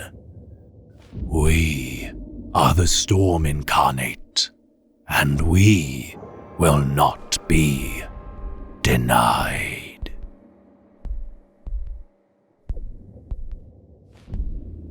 The Mortifactors are a second founding successor chapter of the Ultramarines. Founded by the former captain of the Ultramarines Legion, Sasebu Tezuka, the superstitious hero of the 13th often utilized the Emperor's Tarot to divine the future of his fledgling chapter. Venturing to the desolate world of Posul, the eerie planet shrouded in darkness proved a fitting lair for such a morbid chapter. Such feral worlds are commonplace throughout the Imperium, often too resource-poor and dangerous to dare to colonize, yet the Mortifactors found sanctuary in this perpetually dark night world. Recruiting new recruits from the feral tribesmen of Posul, their cannibalistic rituals adopted by the chapter proved overwhelmingly influential in molding the future of the Mortifactors. Experiencing no sunlight for the entirety of their lives, each aspirant of the chapter must claim 100 skulls of their rival tribesmen before even attempting the trials of ascension. Venerating the Emperor as the ultimate warrior, Posul's most fervent worshippers of what they perceive as the great spirit of the universe, whether they be shamans or chieftains, often progress to become chaplains of the chapter. Until each neophyte has slain a worthy foe, the chapter regards them as faceless and are not permitted to wear helmets by their blooded kinsmen.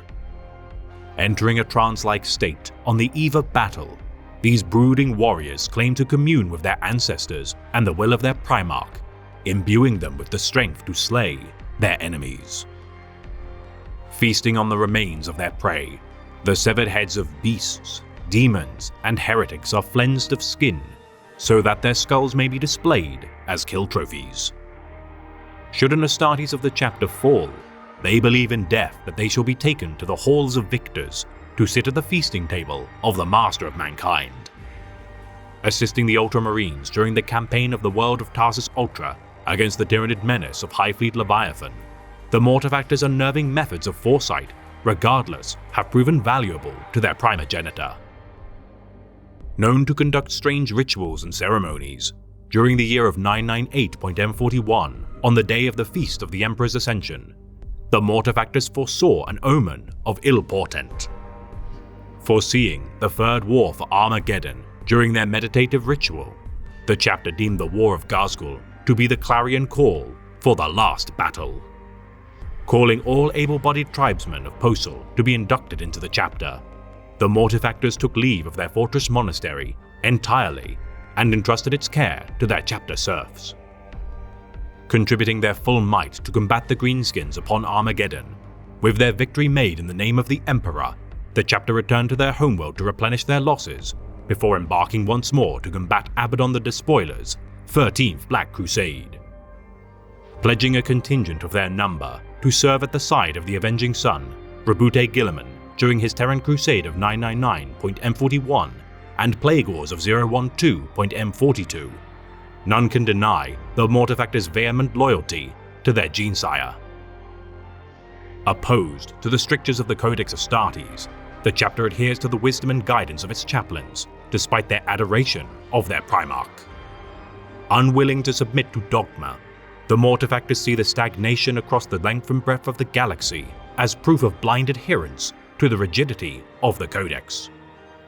Clad in bone-white ceramite paired with black helmets, elbow plates, gauntlets, boots, and leg plating, the trophy kills of their power armor surrounding the silver aquila of their chest plate further embellishes their appearance as skeletal phantoms of war. Designating their tactical role on their right pauldron with white paint, a black High Gothic numeral stenciled on its center indicates their squad number. Though largely divergent from the strictures of the Codex Astartes, the Mortifactors nonetheless follow its conventions of trimming their pauldrons to denote their company number, as Guilliman intended. The symbol of their chapter, a simple bone-white skull on a field of black, foreboding their grim promise to pilfer the cadavers of their foes. Their homeworld's biosphere destroyed during the Third Tyrannic War perpetrated by Highfleet Leviathan, this morose band of Astartes' gloomy outlook has only been bolstered. Their fortress monastery, the Basilica Mortis, lined with the bones of their slain brothers, the holy chapel of the chapter is filled to the brim with the skulls of their enemies. Said to house 1,000 Astartes at maximum, with over 7,500 labor and tech serfs, the Basilica Mortis, crafted to mimic the visage of a vast mountain range, provides safe harbor to the chapter's fleet vessels. The preserved corpses of both friend and foe, adorning every passageway and fresco of the monastery, hymnal dirges and chants break the eerie silence. Its vast hall still retaining blank canvases aplenty, to be decorated with the skeletal remains of every Astartes of the chapter, who falls in service to the ultimate warrior.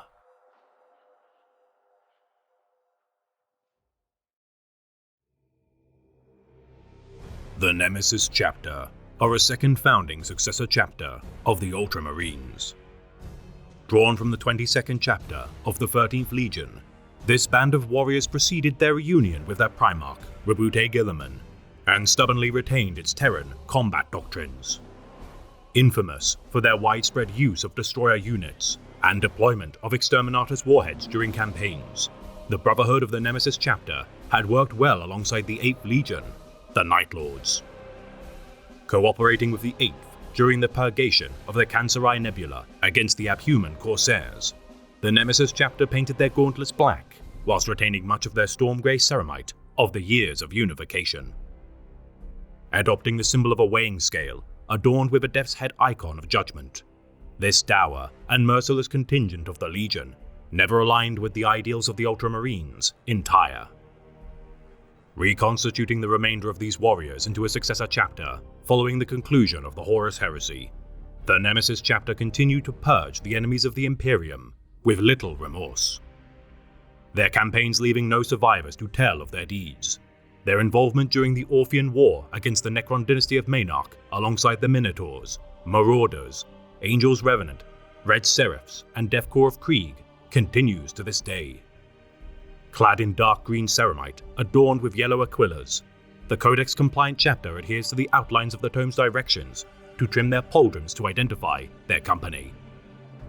Painting white squad designations upon their right pauldrons and knee plates, black high Gothic numerals centered on the designs indicate their squad number.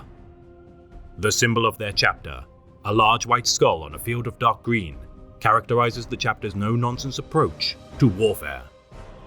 Each death caused by their hands, another pledge to destroy the Emperor's enemies with impunity.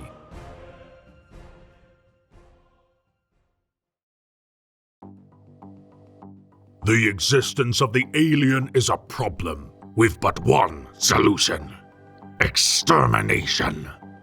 When mankind is alone in the cosmos, only then will we have achieved our destiny.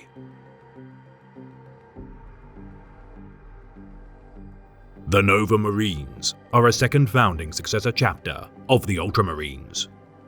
Founded from the 13th Legion's 19th Nova Company, the first chapter master of the Nova Marines, Lucretius Corvo, had earned glories aplenty as a veteran of the Great Crusade.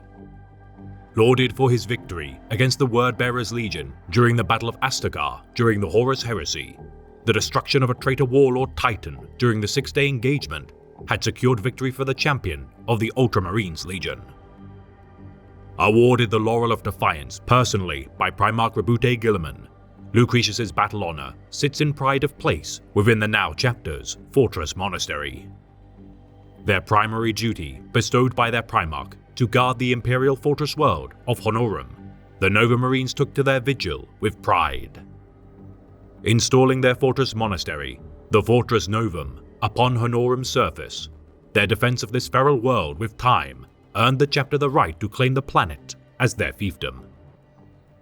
Recruiting their number from the planet's barbaric tribes, the Nova Marines conduct ritual duels to test their aspirants in the shadow of great statues made to honor their fallen heroes. Tattooing their flesh as a means to illustrate the greatest glories of their career, this practice originating from their homeworld allows for their legacy of storytelling to be preserved. Spending hours following successful campaigns, retelling their greatest triumphs and tragedies, the Astartes of the chapter believe that such designs ward their souls from malevolent spirits, and upon death shall be read by the Emperor as a chronicle of their deeds. Sovereign to several planets within proximity to Honorum, each officer of the chapter must oversee administrative duties of such worlds before achieving advancement to more senior ranks. Though not a crusading chapter, the Nova Marines are eager to commit portions of its strength to answer pleas for salvation from the downtrodden worlds of the Imperium. Their hunger for glory separating hundreds of their number for solar centuries at a time, the proclivity of the chapter's Astartes to be separated for long periods of time does nothing to diminish their bonds of brotherhood. The armory of the chapter, filled with ancient relics dating back to the days of the Great Crusade, a full company complement of Terminator armor suits, Dreadnought chassis, and vehicle pools of Predator, Vindicator, and Whirlwind tanks, are but a few of the Nova Marines' prized collection. Though the Nova Marines have not fought as a united force for over 4 millennia by virtue of their far-flung deployments, each battle waged by the chapter epitomizes the efficacy of the battle doctrines of the Codex Astartes. Should circumstance of how to proceed in battle be unclear by the outlines of the Codex, the Nova Marines exhaustively interpret the most likely scenario to which the tome would advise. Able to reinforce their brother chapters with haste, examples such as their timely intervention aiding the Sable Swords chapter on their homeworld of Obsidia prevented catastrophic losses and earned the Nova Marines an eternal debt oath for their actions. Aiding every adepter of the Imperium's organizational structure, and even outliers such as rogue traders, few among the Adeptus Astartes are credited with similar support endeavors. Strict adherence to the outlines of the Codex Astartes, the Nova Marines model their honorifics after their primogenitor, perceiving their shared Primarch and his seminal text to be divine in nature. Though not disciples of the Imperial cult, the Nova Marines revere the Emperor, their Genesire, and all Space Marines who have collaborated alongside them as paragons of humanity. Hateful of Xenos races beyond measure, Their witness to 1,000 heresies perpetrated by alien species has fueled their mission to purge the galaxy of their presence. Such a revulsion of aliens has evolved into something more than mere disgust, for as each Astartes of the chapter matures, they shall grow ever more intolerant of their presence, leading to emotion-fueled rampages at the expense of disciplined battle lines. Beginning with favoring Xenos targets during battle, in the extreme, veterans of the chapter shall endanger life and limb should they claim a single alien life. Trusted implicitly by the Chamber Militant of the Ordo Xenos, the Death Watch, their refusal to even attempt negotiations with aliens suits them as perfect recruits. Seconding their most veteran Astartes to the cause of the Death Watch, each Nova Marine donning the black armor of these elite alien hunters receives among the highest honors of their chapter. Imparting knowledge earned through service to the Ordo Xenos upon completion of their tour, each Death Watch veteran returned to the Nova Marines is regarded as a hero of the chapter. Earning glory during campaigns such as the Pale Wasting, Lockcrawl Genocide, Luxor Uprising, and Badab War, every war zone requiring the intervention of the Nova Marines is often resolved soon after their applications of force. Clad in quartered cobalt blue and white ceramite, the black aquila of their chest is paired with black outline tactical designations on their right pauldron, centered with low Gothic numerals to indicate their squad. The symbol of their chapter, a white skull imposed upon an iron halo on a field of navy, is derived from the personal heraldry of their first chapter master, Lucretius Corvo. Said to have sired 2 chapters, the Angels of Fury and Dark Suns, their staunch loyalty to the Ultramarines chapter is beyond reproach.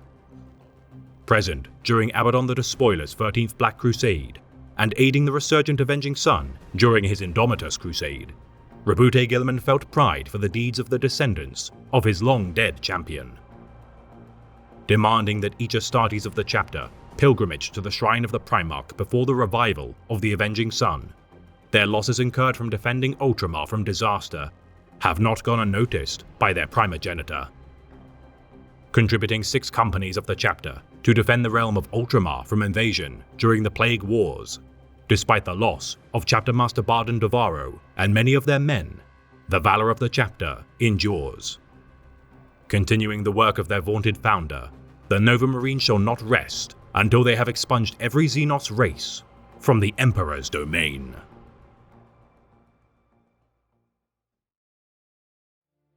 The Patriarchs of Elixis are a second founding successor chapter of the Ultramarines. Masters of marksmanship and dueling, so skilled are the Swordmasters of Elixis that on several occasions veterans are seconded to their brother chapters, including the Ultramarines, to serve within their honor guards. Selfless in nature, this chapter of Blade Masters have earned glory throughout the Imperium as noble protectors of the weak for their sacrifices made in the name of the innocent. Though primarily tasked with protecting downtrodden and vulnerable Imperial worlds, their service within the Chamber Militant of the Ordo Xenos, the Death Watch, has also bolstered the chapter's reputation as skilled warriors.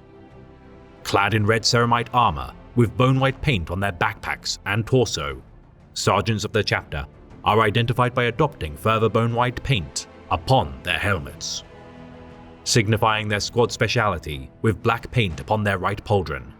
White low Gothic numerals centered on the design indicate their squad number, whilst white low Gothic numerals on their left knee plates designate their company number. The symbol of their chapter, a white skull stamped with a black Ultima on a field of red, exemplifies their allegiance to the Ultramarines and their legacy. Upholding the traditions of their vaunted Primarch, Roboute Guilliman, with the return of the Avenging Sun as Lord Commander of the Imperium, the mightiest Space Marines of the chapter have been installed as members of their Genesire's Victrix Guard. Their duty to defend the Lord of Ultramar paramount. None shall find these selfless paragons wanting.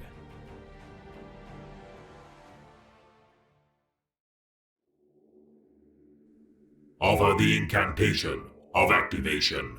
Speak forth the litany of retribution, and deliver unto the enemy the wrath of the Omnissiah. The Praetors of Orpheus are a second founding successor chapter of the Ultramarines. Stationed on their homeworld of Orpheus Prime, within their subterranean fortress monastery known as the Labyrinthine of Orphea, the chapter toils alike to a well-oiled machine.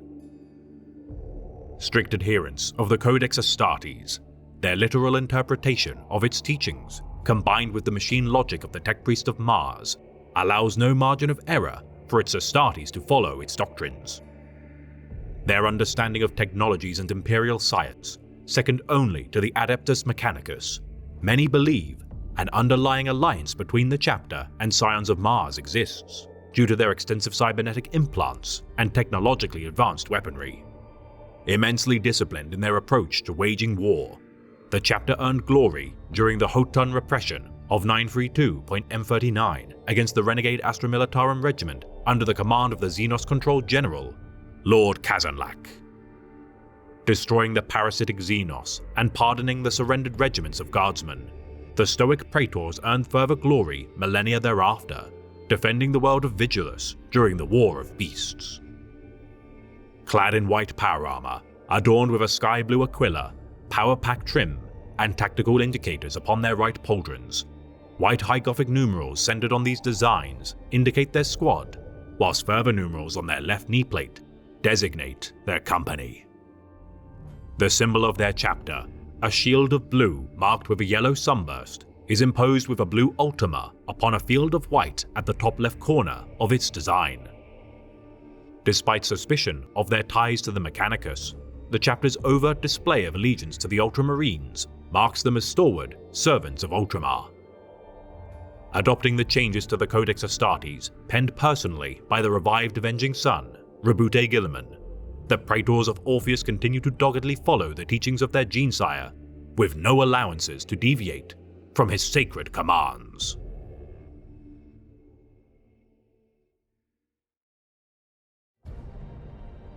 The Silver Eagles are a second founding successor chapter of the Ultramarines. The records of this enigmatic chapter remain largely unknown to this day, though records exist of their intervention of the Narfax Nebula campaign. Fighting alongside the Dark Angels chapter, conflict between the two nearly erupted due to the actions of the interrogator chaplain, Asmodai. Whilst emancipating several settlements from Orc oppression within the nebula, the Silver Eagles liberated 4 planets from the Greenskins. Yet upon the world of Calva Senioris, Asmodai abandoned his position and slaughtered every human within his path during his pursuit of a mysterious warrior. Believing this individual to be a fallen angel, Asmodai located his charge to find an Inquisitor of the Ordo Xenos, and in doing so had condemned the Silver Eagles to Orc reprisal. Losing half of their men due to the folly of the interrogator chaplain, nearly 200 Astartes had perished in the fraught battle.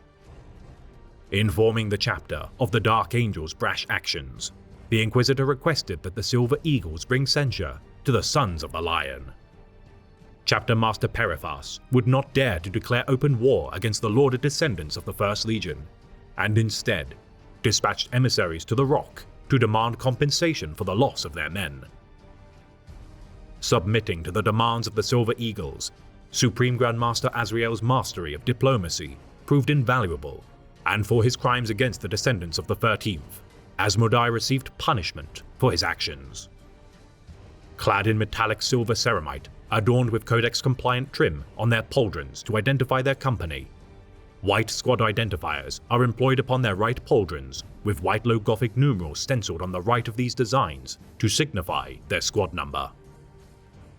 The symbol of their chapter, a stylized Aquila upon a field of navy blue, epitomizes their devotion to the Emperor and his Imperium. Aiding their primogenitor during the Plague Wars of 111.M42, the Silver Eagles pledged 5 companies of their chapter to aid their resurrected Primarch Rabute Guilliman, and have earned glory for their defense of Ultramar.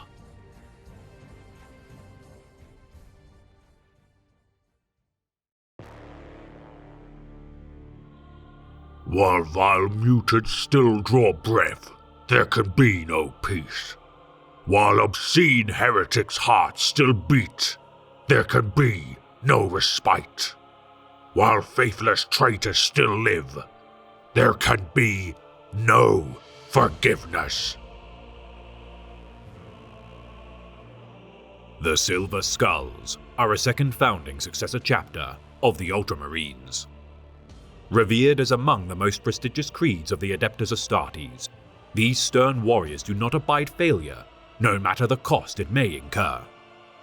Heavily relying on their librarius for guidance, it is the belief of the Silver Skulls that the Emperor speaks through them, and as such, their utterances are sacrosanct.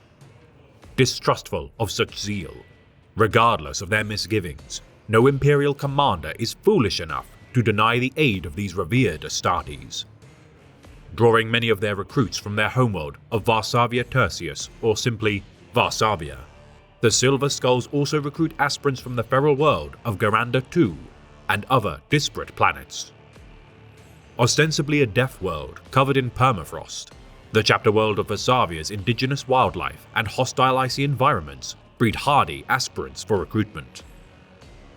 The fortress monastery of the Silver Skulls, the Argent Mons, located at the far north of the singular inhabitable continent of the planet, upon the side of an enormous mountain, is rich with veins of silver ore. Their origins as Ultramarine successors lost to time, with their continued isolation from the wider Imperium. For millennia, it was a mystery to all within their ranks as to where their genetic legacy lied. Their chapter world within close proximity of the Gildar Rift, few Imperial outposts remain within this sector of space, and as such, the Silver Skulls are the only response force capable of driving back raids from the inhabitants of the Maelstrom. Each chapter master assumes the title of their founder, Lord Commander Argentius, no matter their former name, and pledges to defend the Gildar Rift with regular patrols of their fleet. Incorporating such duty into their culture, though an ignoble task in the eyes of their peers of the Adeptus Astartes, the Silver Skulls retain immense pride in protecting their territories from piratical bands of traitors. Regularly fending off incursions perpetrated by the Red Corsairs warband of Huron Blackheart, each time swiftly driving them back into the Maelstrom's embrace. Famed for their involvement in the Red Heresy of 290.M36, Great Malagatine Purge of 770.M38, Corinth Crusade of 698.M41, Third War for Armageddon of 998.M41, and ongoing Second Relief of Mordian, the chapter has earned glories aplenty for their stalwart aid given to several branches of the Imperium's war machine. Adherents to the conventions of the Codex Astartes, though ignorant of their ties to the Lord of Ultramar, the Silver Skulls follow his prescribed methods of war with little deviation. Installing a specialist rank within their structure, the librarian prognosticators of the chapter lead as the spiritual advisors of their creed in a similar manner to a chaplain. Studying future portents of their fate using the Emperor's Tarot, the prognosticators have final say as to whether their forces shall engage or ignore calls for aid. Forming a governing body known as the Prognosticatum, these champions of the chapter advise many captains of the Order, and whilst chaplains are a part of the Prognosticatum, their lack of psychic powers puts them in a position of lesser influence. Coordinating their duties with the equerry of their Lord Commander and Chief Prognosticator, Vashiro, this similar inheritor of a title of their chapter's legacy must give his blessing before any campaign can be undertaken by the Silver Skulls. Studying ancient tomes known as the Orthodoxy within their librarium, the collective wisdom and accounts of the psychic visions of the prognosticators guides their actions and those of the chapter's future. Each proven neophyte must undergo the Fast of the Ascension and the Long Patrol during their training. Though details of the feast are unknown to outsiders, the Long Patrol sees each aspirant of the chapter endure the wilds of Arsavian. Equipped with only a combat knife to defend themselves, the few who remain ascend to the ranks of the Astartes, whilst all who perish have their names recorded in the honor rolls of the chapter. Demanding each successful aspirant pilgrimage to the Prognosticator Temple, each have auguries cast to divine their future potential. Implanted with gene seed if successful, with the so-called quintessence sacred successfully accepted by their bodies, each promising scout marine is blessed by the chief prognosticator of the chapter. Regarded as fierce and relentless warriors, the chapter is sparing with its deployments and prefers to utilize skirmish tactics rather than battle lines. Never surrendering ground when taken, no matter the cost, their legendary stubborn defiance is honed through training in pitch darkness, which improves their eyesight and suitability to fight with little to no bearings. Highly superstitious in nature, the mere mention of heresies or acts of malevolence causes these warriors to habitually make the sign of the Aquila to ward their hearts from evil. Speaking a personal litany in prayer before battle, each battle brother retains connections to their heritage and bloodlines to remind them of those they fight to protect. Returning their fallen brethren's bodies to their funeral world of Pax Argentius, the spirits of their kinsmen look down from the moon orbiting their homeworld to watch over and guide their chapter's future. Constructing memorials and monuments to honor their dead, the Silver Skulls ritually cremate their fallen brothers and, when possible, place their ashes within urns carved from the skull of the enemy that ended their life. Burying mortal serfs alongside their masters, both are honored equally with their passing, for each has served the Emperor in their own way. Within this peaceful bastion of the honored dead, the chaplains of the chapter train and study in their attempts to understand the many lessons earned through blood and toil. Honoring the dead by inscribing their names on copper plates to adorn their armor, others keep the memory of their kinsmen alive in their minds. Known for their proclivity to claim the severed heads of their enemies, whether this is a custom of their tribal heritage is unclear. Within their chapels, many silver-coated trophies wrought by the artistry of the chapter's Custodes Cruor artificers are collected and coupled with plaques detailing the name of each battle brother who claimed such trinkets. Each company of the chapter maintains their prestige through shows of such headhunting, each silvered skull embellished with designs matching the tattoos and honor marks of the Space Marines who claimed them. Regaling one another with the tales tied to how these skulls were claimed, the most garrulous Astartes of the chapter can hold their kinsmen in awe of their stories time and again. Clad in silver power armor trimmed with black, apothecaries of the chapter paint both their pauldrons white with black vertical stripes centered on their helmets. Assigning their tactical role upon their right pauldron, its color designates their company in slight deviation to the Codex Astartes. Forming 10 squads within each company named after a type of gemstone, the eye slits of the sigil of their chapter upon their pauldron is set with such stones to identify their squad. White low-Gothic numerals on their right knee plate acting as a backup should such gemstones be damaged or lost. Etching tattoos upon their skin with the aid of the Custodes Cruor, each represents their battle honors and greatest deeds with often breathtaking artistry. Only captains of the chapter are permitted to tattoo their faces, for there is much canvas of their skin to mark before receiving such an honor. The symbol of their chapter, a stylized silver skull on a field of black, its stark similarity to the 4th Traitor Legion, the Iron Warriors, has drawn scrutiny from the wider Imperium. Reinforced with Primaris Space Marines, following the return of the Avenging Sun, Roboute Guilliman, with the resurgence of the Lord of Ultramar, their descendants from his bloodline has been confirmed by the chapter's apothecaries. Caring little for their origins, nor their primogenitor's legacy, the Silver Skulls thrive knowing their actions have been made in the name of the Emperor, and not been found wanting. Renewed in strength and in purpose, the Silver Skulls take to the field across numerous fronts, knowing in their hearts that their duty to preserve the Imperium is ironclad.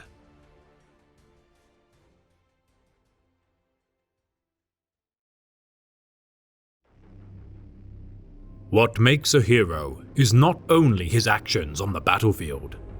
A Space Marine is judged by his battle brothers and by the Emperor himself, both for the strength of his arm and the strength of his purpose.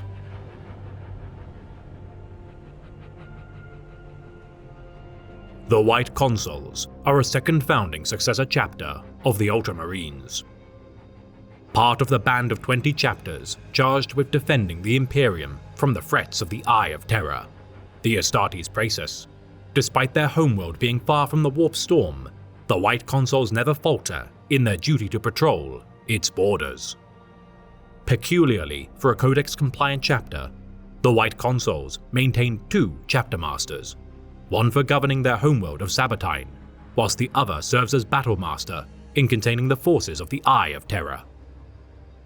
Renowned for their defiance against Abaddon the Despoiler's 12th Black Crusade, known as the Gothic War of 139.M41, their selfless actions in aiding the Death Watch during the Achilles Crusade of 777.M41 further emphasizes their reputation as valiant souls.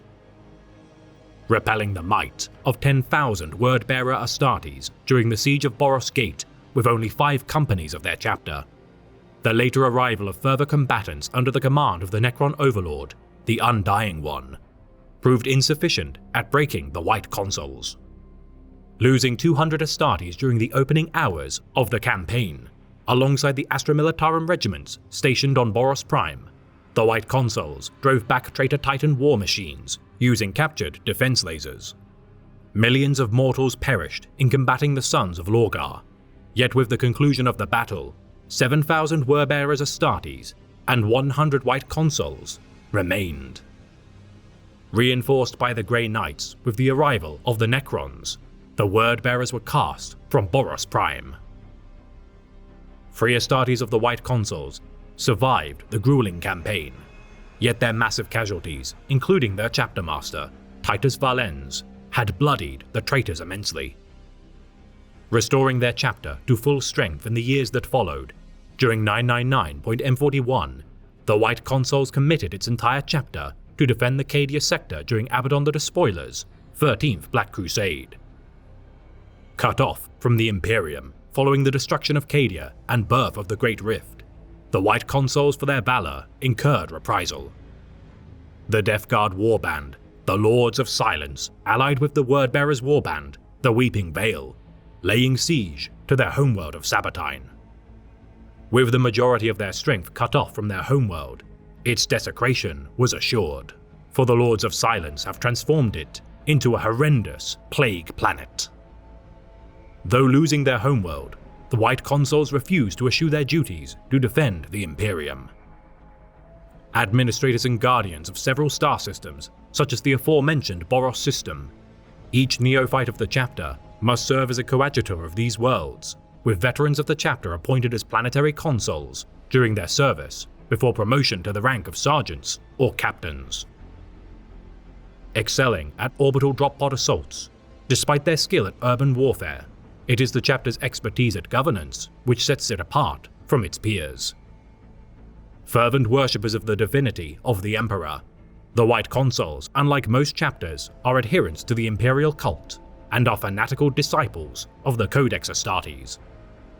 Clad in white ceramite adorned with yellow aquilers and blue iconography, their color scheme is a direct reversal of that of their primogenitor, the Ultramarines. Designating their tactical speciality on their right pauldron with blue paint, the trim of their pauldrons, as dictated by the Codex Astartes, reflects their appointed company. The symbol of their chapter, a blue eagle's head on a field of white, mimics their likewise second founding brother chapter, the Black Consuls. Revered as wise and noble warriors, despite the many tragedies they have endured, the White Consuls continue to fight in the name of the Emperor and uphold the dignity and legacy of their forebears.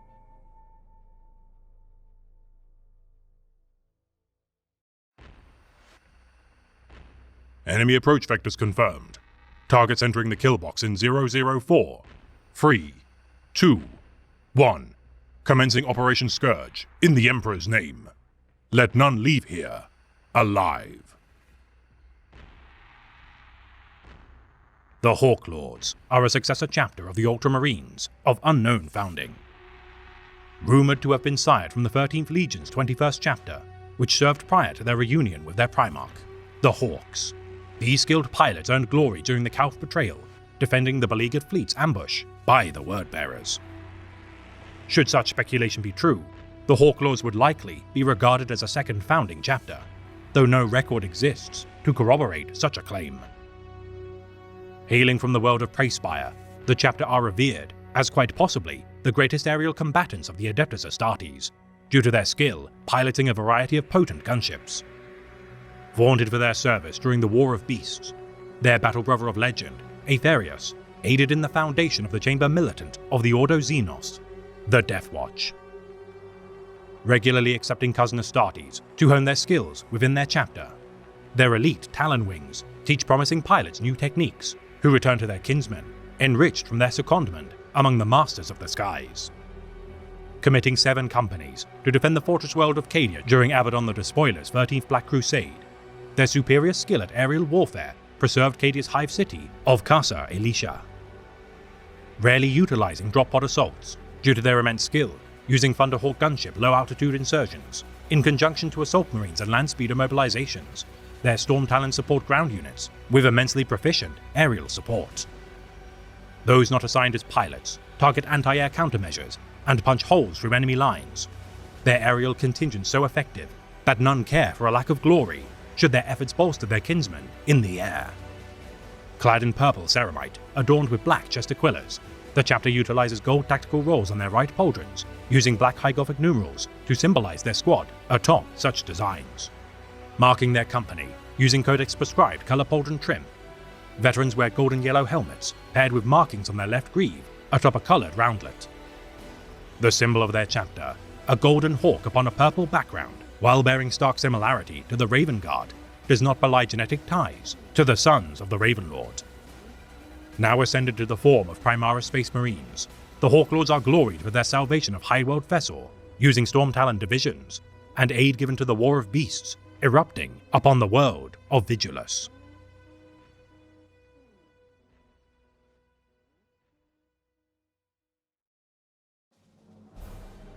The Emperor's will guides us.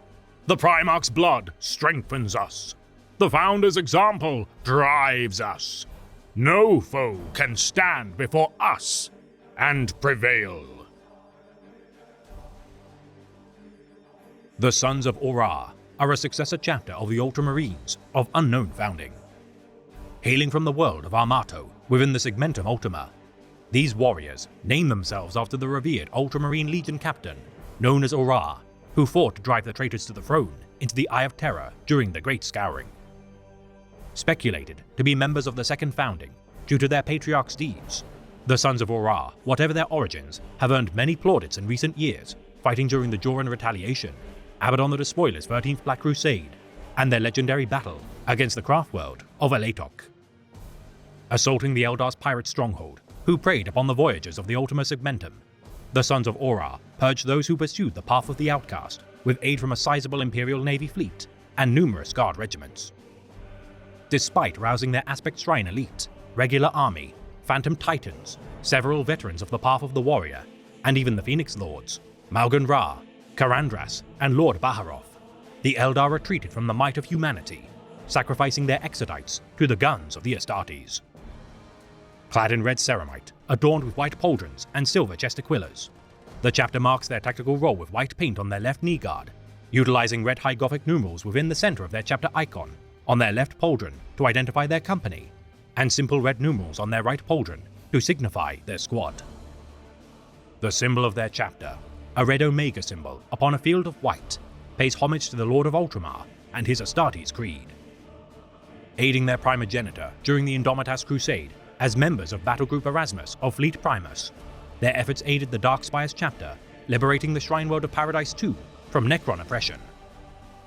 Their subsequent assignment of 3 companies to defend the realm of Ultramar during the Plague Wars, further cementing their reputation as stalwart allies as the Spear of Espandor campaign drove the pawns of Nurgle from the domains of Ultramar.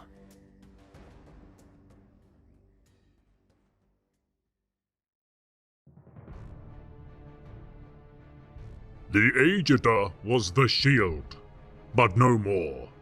Sofa shall be defended, but shall strike at the darkness before it can grow, and reap a bitter harvest.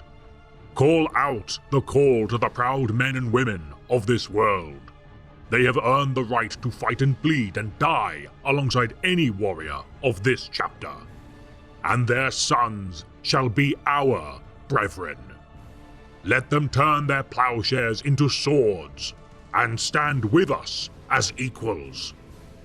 If I am to be damned, then it shall be on my own terms, and red with the blood of my foes. We stand no longer as the Emperor's shield, brothers, but as his noble scythes.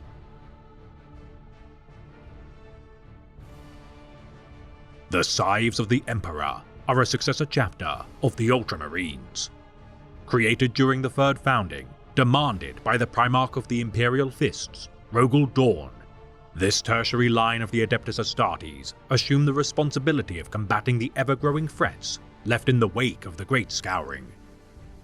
Their legacy dating back to the days of the 13th Legion, their first chapter master, Obadiah, had served as a scout and last surviving member of the Ultramarines' 199th Aegida Company, assigned to protect the world of Sofa.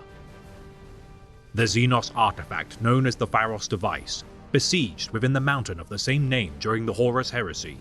Its ability to transport materials throughout the galaxy and use as an alternative navigation to the Astronomicon had required its destruction to prevent being used by the traitors of the War Masters' rebellion. Despite the best efforts of the Ultramarine captains, Lucretius Corvo and Aedalus, Captain Alexis Pollux of the Imperial Fists, and the loyalist Iron Warrior Warsmith, Barabbas Dantiok, the Night Lord's Legion under the command of Captain Krukesh the Pale sought to harness the ancient relic in order to pillage and raid the galaxy. Detonating the Pharos device at the cost of his own life, the first hero of the Imperium, Barabbas Dantiok, sacrificed his life to prevent catastrophe, and in doing so, forever changed the character of the colonized Necron tomb world of Sofa. Entrusted with a phantom 11th Company of the Ultramarines chapter, following the Horus Heresy in order to defend Sofa, the now promoted Captain Obadiah oversaw the protection of this crucial agri-world, which harbored the remnants of the Pharos device. Honoring the agriculturalists who fought by their side in the defense of the Pharos device, the chapter adopted the symbol of their harvesting tools, used to routinely clear the area surrounding the research site and location of the device. Centuries following the end of the Horus Heresy, the then chapter master of the Ultramarines, Tigris Deacon, dispatched the chaplain of his second company to Sofa, tasked with the duty of removing all evidence of their Primarch's contravention of his own Codex Astartes. Demanding Captain Obadiah to be reassigned to the 5th Company or transform his Phantom 11th Company into the new Aegida chapter, the incumbent chapter master deemed a new title to be more fitting. Appointed as the first chapter master of his Scythes of the Emperor during their founding of 001.M32, Obadiah swore the Aegidan Oath inscribed upon Rabute Guilliman's sword, the Gladius Incandor, to protect the world of Sofa as the Warden of the Pharos. Tasked with protecting the secrets of the Imperium Secundus, Pharos device, and origins of his chapter, Obadiah enshrined the oath written in his Primarch's own hand within Mount Pharos, alongside the iron mask of the first Warden, Barabbas Dantiok. Accepting Chaplain Sagus, Brother Wenloke, and 72 Ultramarine veterans into the fold of his new chapter, Obadiah witnessed the construction of his chapter's new fortress monastery, and would spend the remainder of his service safeguarding the domains near the Damocles Gulf of the Segmentum Ultima.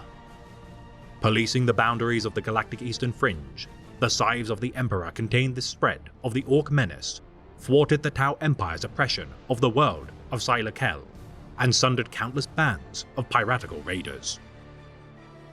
Dutifully protecting their charge for millennia, the Scythes of the Emperor staved off both Xenos and heretical foes alike, until their conflict against the Tyranid High Fleet, Kraken. Led by the brilliant chapter master, Forsyra, for all his strategic acumen during their aid to their primogenitor facing the Tyranids within the realm of Ultramar, the chapter could not stand against the amassed strength of the Great Devourer and abandon the world of Sofa. During 992.M41, High Fleet Kraken utterly devastated the planet, its ecosystem consumed as the Scythes of the Emperor sacrificed their lives to evacuate as many civilians as possible. Withdrawing to the Myral system in order to regroup and replenish their numbers, the chapter was now close to extinction, and many of its firstborn Marines had been infected with the Corporaptor hominis or Gene Stealer's Kiss. Resisting the corrupting control of the Tyranid broodmind's influence, the infected Astartes adopted the use of psychic dampening hoods in order to conceal their affliction and reduce the siren calls of the Great Devourer. Merging their two remaining companies into a single battle company, all recruits drawn from the worlds of their fighting retreat would be assigned to a singular scout company. Every mortal would be taken in, whether they would serve as aspirants or labor serfs, the chapter salvaging as many souls as possible from the doomed planets which fell to the insatiable appetite of Hive Fleet Kraken during the Second Tyrannic War. Rumors persist that some Astartes fight the Great Devourer from within their hive ships, aiding Navy vessel crewmen which are boarded before once more returning to the depths of the vessels. Some records exist of bioships dying from within, leading the chapter to form so-called salvation teams, tasked with silencing all witnesses to their brethren's presence and recovering Astartes' war gear from any chapter whose fallen are within their proximity. The librarians of the chapter, capable of confounding the Tyranids whilst within their domains, it is said that those recovered by brother chapters have all been found cocooned within Terminator armor, showing no signs of physical damage. Reinforced with Primaris Space Marines, following the resurgence of the Avenging Sun, as among the most beleaguered chapters, the Scythes of the Emperor were among the first to receive support. Now fully replenished to chapter strength, during the era Indomitus, the Scythes of the Emperor have been reassigned to aid in the defense of the realm of Ultramar, assigning their veterans to aid Belisarius Cawl in his venture to Sofa, as he sought to study the ancient Pharos device. Chapter Master Thracius purged his former chapter serfs infected with the genetic corruption of the Gene Stealers before perishing in combat against the Patriarch, responsible for heralding the Hive Fleet to the planet. The chapter's infected firstborn, sacrificing their lives upon the soil of Sofa. Each scion of the venerated warsmith of legend followed his example as their master uttered his final words, Ave Imperator. Now comprised entirely of Primaris Space Marines aboard their mobile fortress monastery, the battle barge Heart of Cronus, the chapter seeks out any vestige of Tyranid invasion in order to avenge their honor. Well respected by the Ultramarines and their veteran staff, the Scythes of the Emperor have proven invaluable as a source of knowledge during the Conclave of Hera and beyond as experts in fighting the Tyranids. Crucial in aiding the formation of the Tyranid war veterans, the need for bespoke specialists to combat this new blight on the galaxy has never been greater. Their time spent as a depleted chapter, honing their ability to fight as mobile strike teams specializing in hit-and-run maneuvers, their stocks of armored vehicles and 4 remaining suits of Terminator armor belie their severely depleted resources following their retreat from Sofa. Reputed to have slain more Tyranids than any chapter of the Adeptus Astartes, with new war materials imparted by the genius of Belisarius Cawl, it is unlikely that even the Ultramarines shall ever come close to matching their kill tallies. Clad in yellow torso armor and backpacks, black pauldrons, leg plating, gauntlets and helmets, veterans of the chapter, by the use of yellow paint on their left knee plates, adorned with black skulls. Marking their tactical role on their right pauldrons with white paint, each Astartes stencils their squad number on its center with black and identifies their company by use of their chest aquilers, using the Codex-compliant color scheme. The symbol of their chapter, 2 crossed yellow scythes on a field of black, epitomizes their duty to cull the enemies of the Imperium. The proud history of the Warden of the Pharos, the Lord of Ultramar, and Phantom 11th Company, inspiring their new breed of warriors to uphold the legacy of their forebears.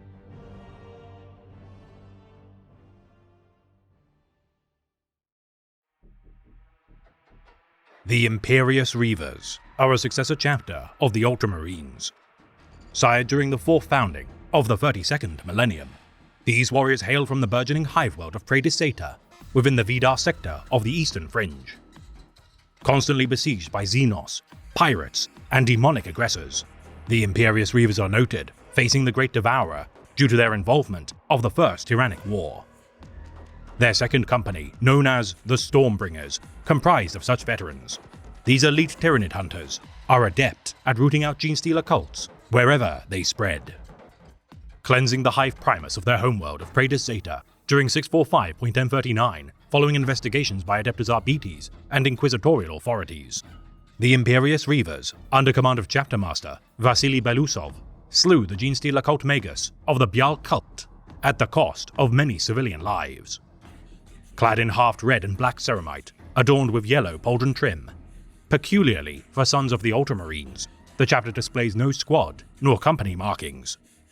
The symbol of their chapter, a white gladius, superimposed upon a white Omega symbol on a field of red, this homage to their primogenitor is often worn with pride on their chests, replacing the Imperial Aquila. Proud of their blood ties to the Avenging Sun, with his resurgence as Lord Commander of the Imperium during the Era Indomitus, the Imperious Reavers stand proud as defenders of the Lord of Ultramar's realm.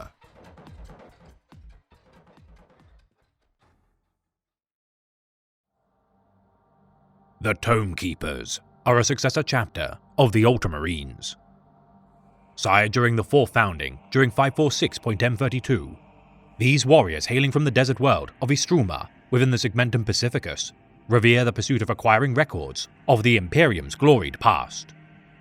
As part of a founding created to restore order to the waning Imperium, Captain Kaelus Viator, formerly of the Ultramarine Second Company, oversaw the creation and training of the 281st chapter for 2 solar decades upon the world of Dornak IV.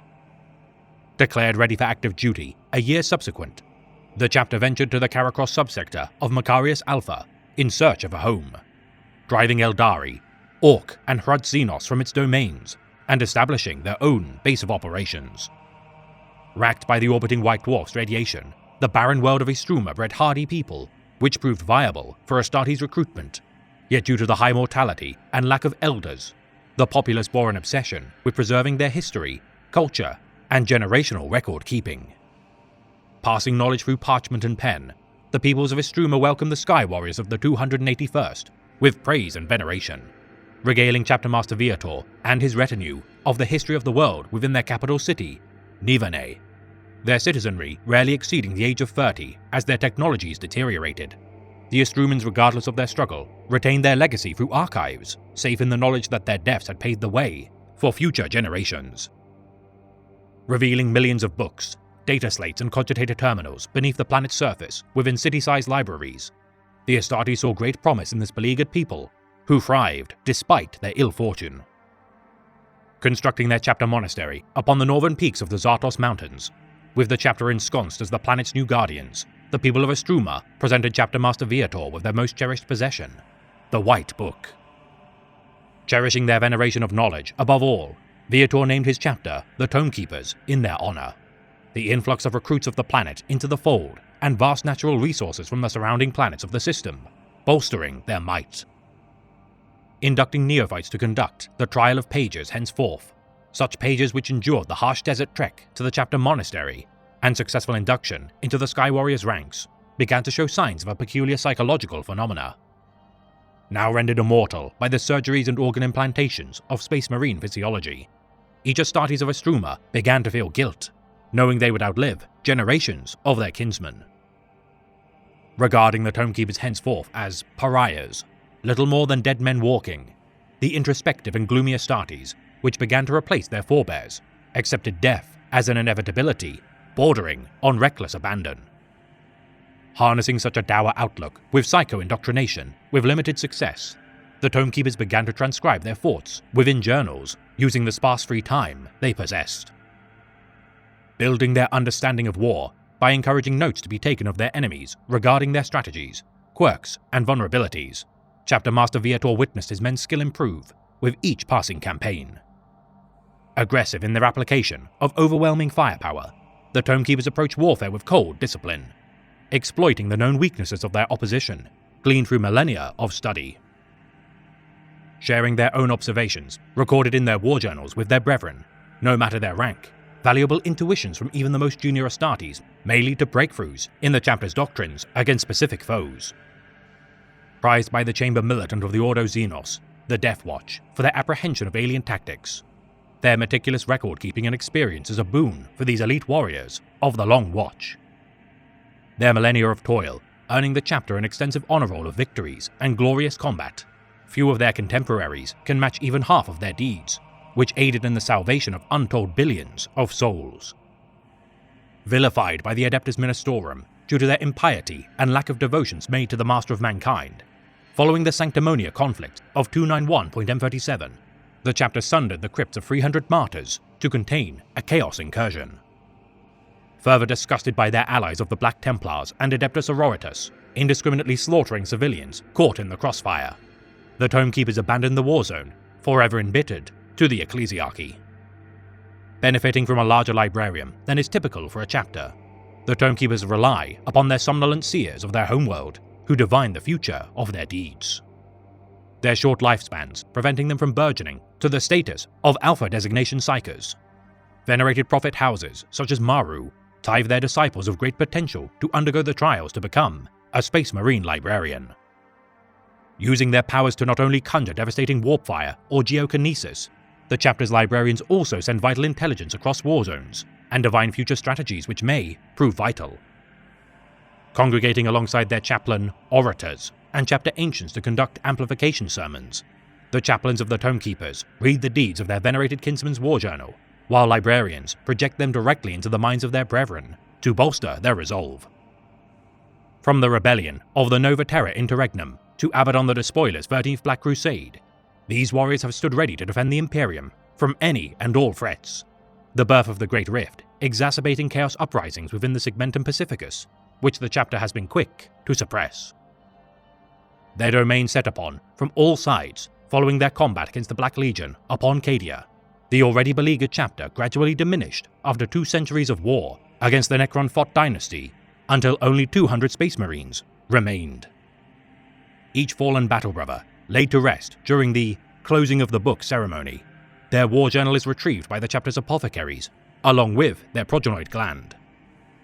Writing the final chapter of their heroic death within the tome, the orators celebrate the deeds of their fallen kinsmen by retelling their greatest exploits, before wrapping their war journal in red ribbon and dispatching it to be housed within the library of Nivene. Inscribing the names of their fallen kin upon parchments attached to purity seals on their armor, it is said that the largest recorded list belonged to Chapter Master Sabian, which upon his death bore over 800 names, each written by his own hand. Those salvageable from the clutches of death to be interred within a dreadnought sarcophagus are held sacrosanct by the chapter, their wealth of insight and experience relied upon during difficult campaigns. Closing their book, alike to slain brothers, it is a source of great pride for the walking behemoths of the chapter to know that though they still fight in the Emperor's name, their soul is now destined to rest easy with their fallen kinsmen upon the end of their duty. Reinforced by Primaris Space Marines of Roboute Guilliman's Indomitas Crusade, the Torchbearer fleet under the command of Custodian Shield Captain Jasek entrusted this new breed of Astartes to the care of the Master of Recruits, Captain Abonidas. Conducting the great reordering, with the return of Chapter Master Sargon to Istruma, the Grey Shields of the Torchbearer fleet were incorporated into the 3rd and 4th companies, as its firstborn veterans overwhelmingly filled the 1st and 2nd companies. Clad in parchment white ceramite, adorned with black pauldron trim, black tactical rolls on their right pauldron, and white logothic numerals atop such designs to signify their squad. Their chest aquillas are painted with Codex-prescribed colours to symbolize their company. Identifying their rank by painting their helmets, standard battle brothers use white, veterans adopt black faceplates, sergeants paint their helmets red, lieutenants invert veteran sergeant colours to red faceplates and black helmets, and captains utilize a simple laurel or skull atop a standard white helmet. The symbol of their chapter, a white 4-pointed star imposed upon a black tome on a field of white, pays tribute to the Tome Celestial, exemplifying their duty to chronicle the histories of the Imperium, whilst also honouring the White Dwarf, which orbits their homeworld. Currently deployed to the Argovan campaign as part of the Pariah Crusade, their opposition to the Sarkhan and Urusk Necron dynasties was further compounded by an uprising of a Genestealer cult within the Orgovan system's industrial sectors. Slaying the Genestealer Patriarch to enable a foothold to be established. With aid from Nighthouse Boros and the Obsidian Jaguars chapter, the Tomekeepers drove back the Necrons by destroying their dormant gates. Despite massive loss of lives during the 2 months of devastating battle, their knowledge gleaned from the endeavour may prove valuable in ridding the Pariah Nexus of their aggressors, once and for all.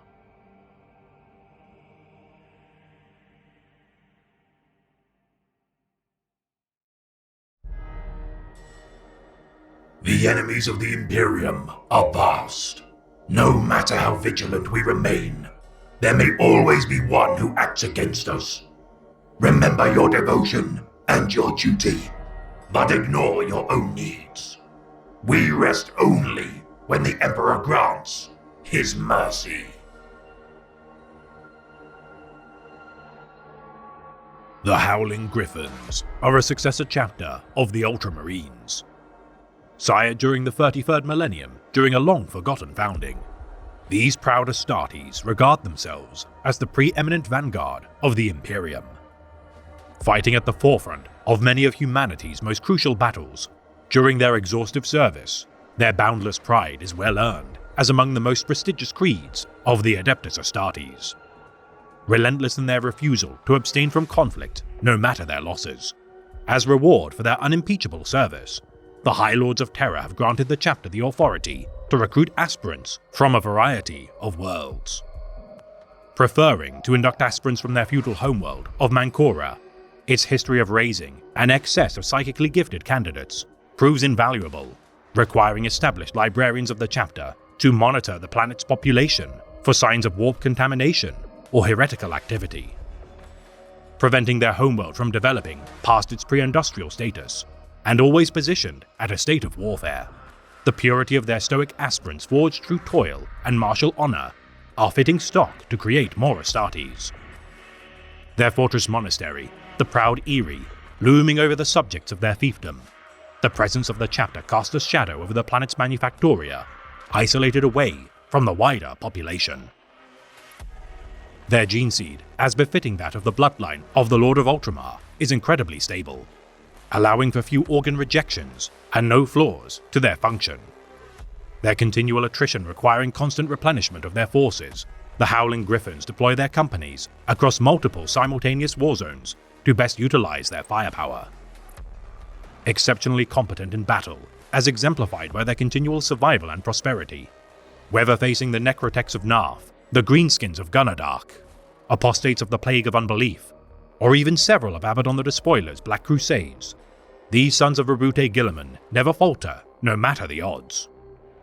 Nurturing a vendetta against the demon prince of the Wordbearers Legion, Pericletor the Forsworn, following its apotheosis during the millennia of the chapter's founding, this ignoble figure has been the sole nemesis of the Howling Griffins. Massacring the chapter's 8th and 1st companies during 220.M38, led by the then chapter master Orlando Furioso, the slight made against the Howling Griffins' honor during their celebration of their 5th millennia of service upon Arius Quintus has since festered into a vow for retribution. Their overwhelming hatred for the Wordbearers, fueled by the desecrations made by Pericletor, the manifestation of the chapter's gene curse begins with each Astarte seeing visions of the fateful butchery of their long-slain kinsmen. Developing into paranoia that treachery lurks in the hearts of all who surround them, each battle brother must restrain their fury, should innocent bystanders incur their wrath needlessly. Exterminating sons of Lorgar wherever they lurk, the Howling Griffins' obsession often interferes with their better judgment, which can imperil the objectives of their campaigns and safety of their allies. Hunting Pericletor's warband of both Wordbearers and Night Lord's traitors to this day, despite their flaws, the chapter earned glory following the incident, fighting during the Duran Retaliation, Badab War, Vengeance Crusade, Amar Persecution, and Siege of Fenris. Deploying 8 companies to the fortress world of Cadia to stem the tide of Abaddon the Despoiler's 13th Black Crusade. Despite making gains early in the campaign, the presence of Pericletor forced Chapter Master Olvaro to withdraw the chapter from battle, as they hunted the Demon Prince at the cost of Cadian lives. Confronting Pericletor and his chosen Night Lords Traitor Space Marines upon its throne temple within the Eye of Terror, the Howling Griffins bore witness to the writhing form of their former Chapter Master, Quintus, within the demon's visage, before banishing the entity into the tides of the warp. Their homeworld within the Caradon sector, Mancora, besieged by the Orc Xenos in recent years, the Howling Griffins regardless have earned further plaudits, fighting by the side of their resurgent Primarch, Roboute Guilliman.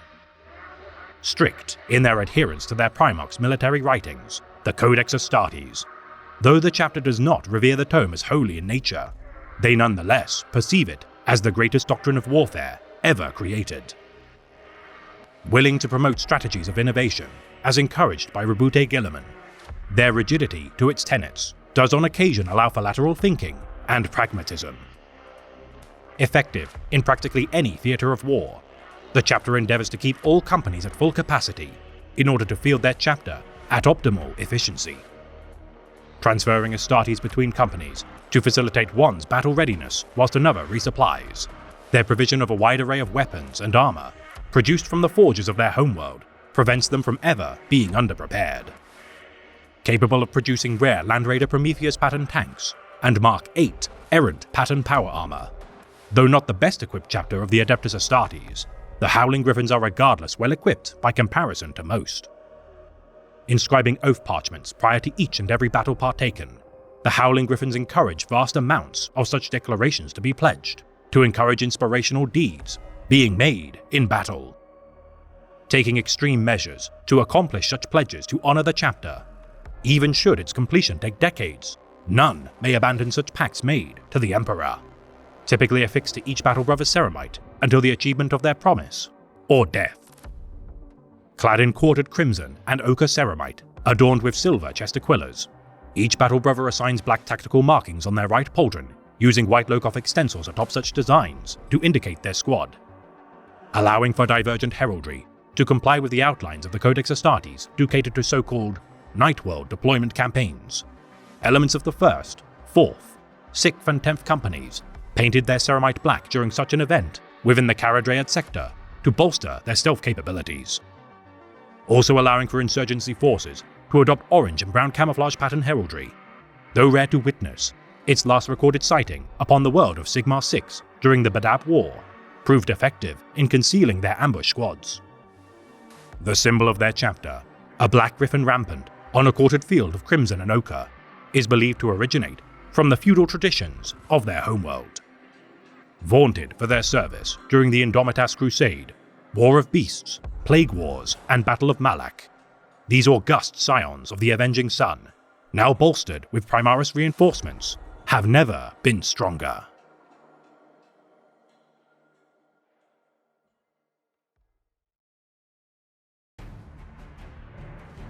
The Iron Hounds are a successor chapter of the Ultramarines of unknown founding. Hailing from the world of Orinus within the Ultima Segmentum, records suggest the chapter has been active since the 32nd millennium, and may be derived from the 4th founding, created following the era of the War of the Beast. Among the most loyal allies of their primogenitor, the Iron Hounds have earned a ruthless reputation due to their proclivity to hunt their enemies until nothing remains of their heresy.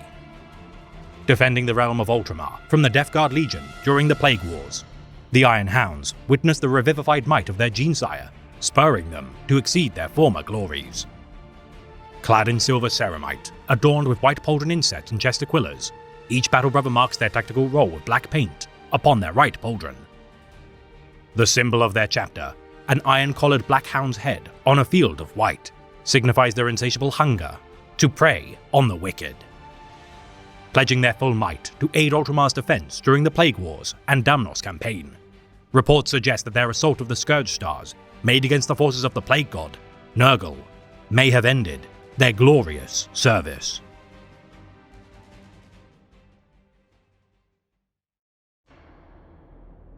The Obsidian Jaguars are a successor chapter of the Ultramarines of unknown founding. Hailing from the Deathworld of Sheepal within the Skarsgård subsector, these warriors have fostered great bonds of camaraderie with the Space Wolves chapter during the Ben-Gil 7 campaign of the 42nd millennium against the forces of Chaos. Their homeworld sundered by the Orc Xenos during the era Indomitus by an invasion of the Goth clan, most of their number evaded destruction due to being deployed far from their hearth. The efforts of Wolflord Eric Morkai and his great company, unable to rid the planet of the infestation, even with aid from the Blackmanes, the Rout resolved to retrieve the Obsidian Jaguar's gene seed from their fortress monastery, the Saber. Finding only ruined organs within the chapter's Genitorum chamber, the Sons of Morkai planted melter bombs within the foundation of the monastery, denying the Greenskins valuable artifacts as its explosion sundered millions of orcs. Venturing to the Ictarius War, seeking vengeance for their losses, the Obsidian Jaguars, under the command of Chapter Master Arluig Zotzin, commit 500 battle brothers of his remaining forces to engage the embattled Xenos within the Semifis, Kernak, and Kusalot systems. Targeting Orc rather than Tyranid outposts to sate their hunger for retribution, the Obsidian Jaguars witnessed the loss of the Kernak system before redeploying to the planets of Ryza and Kernak Free. Clad in sable ceramite, adorned with grey pauldron insets, knee plates and chest aquillas, each battle brother marks their tactical role with black paint on their right pauldron. Identifying their squad using white hieroglyphic numerals atop such designs, some Astartes also stencil numerals to the side of their armorials for easier identification. Their helmet color designating their rank, while typical Space Marines of the chapter use sable helmets with gold vertical stripes, sergeants adopt silver skulls atop their helmets, whilst veterans use pale grey paint rather than sable, their lieutenants adopting Primaris white lines to flank their golden stripe. The symbol of their chapter, a black jaguar's head on a field of grey, epitomizes their nature as apex hunters of the Emperor's foes. Destroying 6 Orc Gargants during the Ictarius War, none could deny the chapter's bravery. Their defense of food production facilities, mineral quarries, and industrial complexes, saving millions of lives.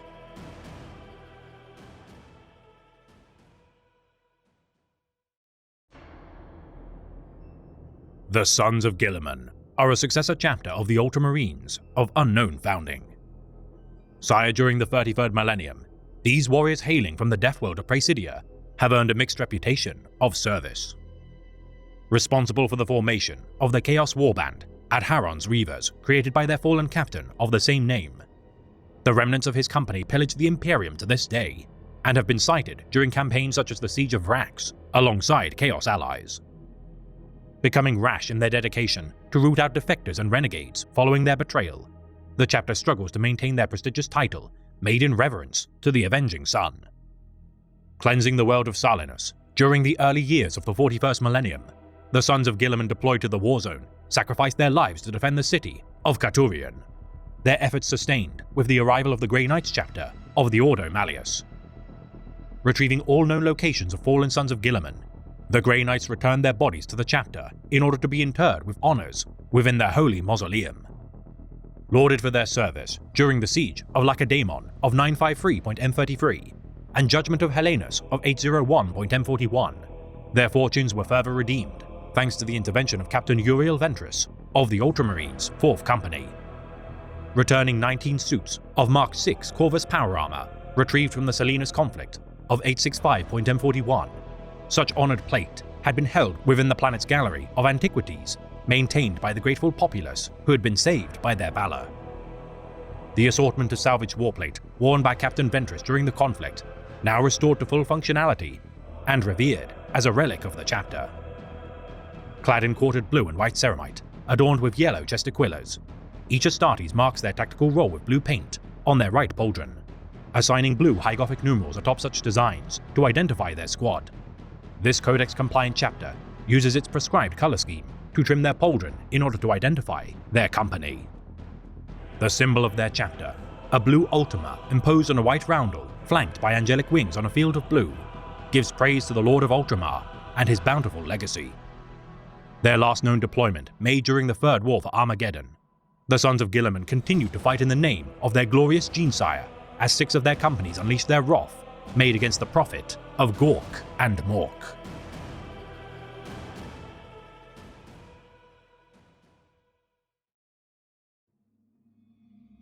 The Angels Revenant are a successor chapter of the Ultramarines.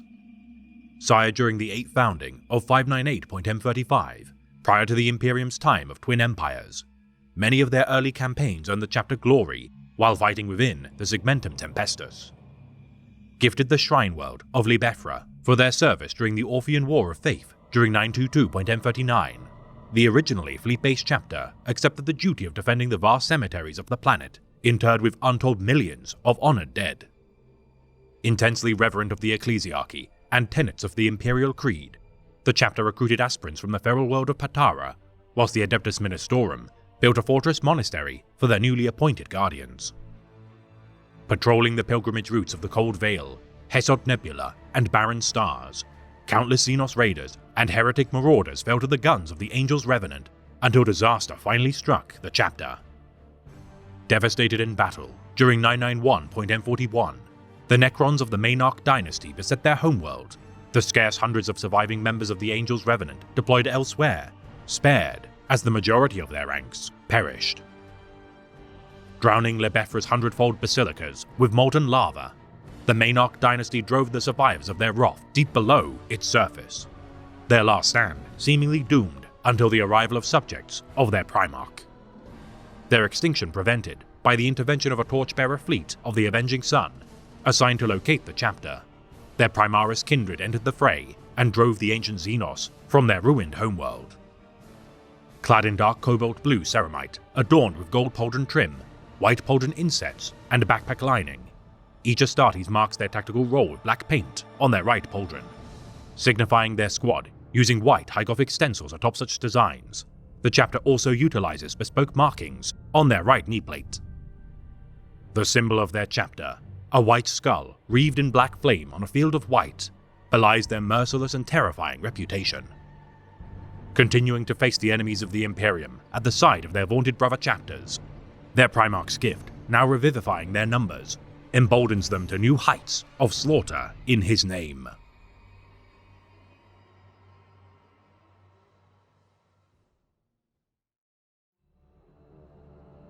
The Avenging Suns are a successor chapter of the Ultramarines, the only chapter known to be sired from the 19th founding of the 36th millennium. These scions of Roboute Guilliman hail from the world of Draconis Major and are among the most fervent adherents of their Primarch's martial creed. Their recorded battle deeds made during the 41st millennium, leaving much to be desired. The chapter suffered defeat during the liberation of Antilus IV, defection of their third company to the Thrall of Chaos during the Helmabad Rebellion, and failed in their mission to bring planetary governor Ufir Alis to heel during the Taros campaign against the Tau Empire. Clad in azure ceramite, adorned with gold chest aquillas, the chapter marks their tactical role with white paint on their right pauldrons, assigning black high Gothic numerals atop such designs to indicate their squad. Compliant to the outlines of the Codex Astartes, each battle brother utilizes Codex prescribed colors to trim their pauldron as a sign of their company. The symbol of their chapter, a white crosslet on a field of azure blue, epitomizes their reliance on the Lord of Ultramar's teachings. Crushing their enemies underfoot with melter charges, assault cannon barrages, and volleys of bolter fire, these exemplars of the Codex Astartes seek every opportunity to humble the Tau Empire as revenge for their prior failure.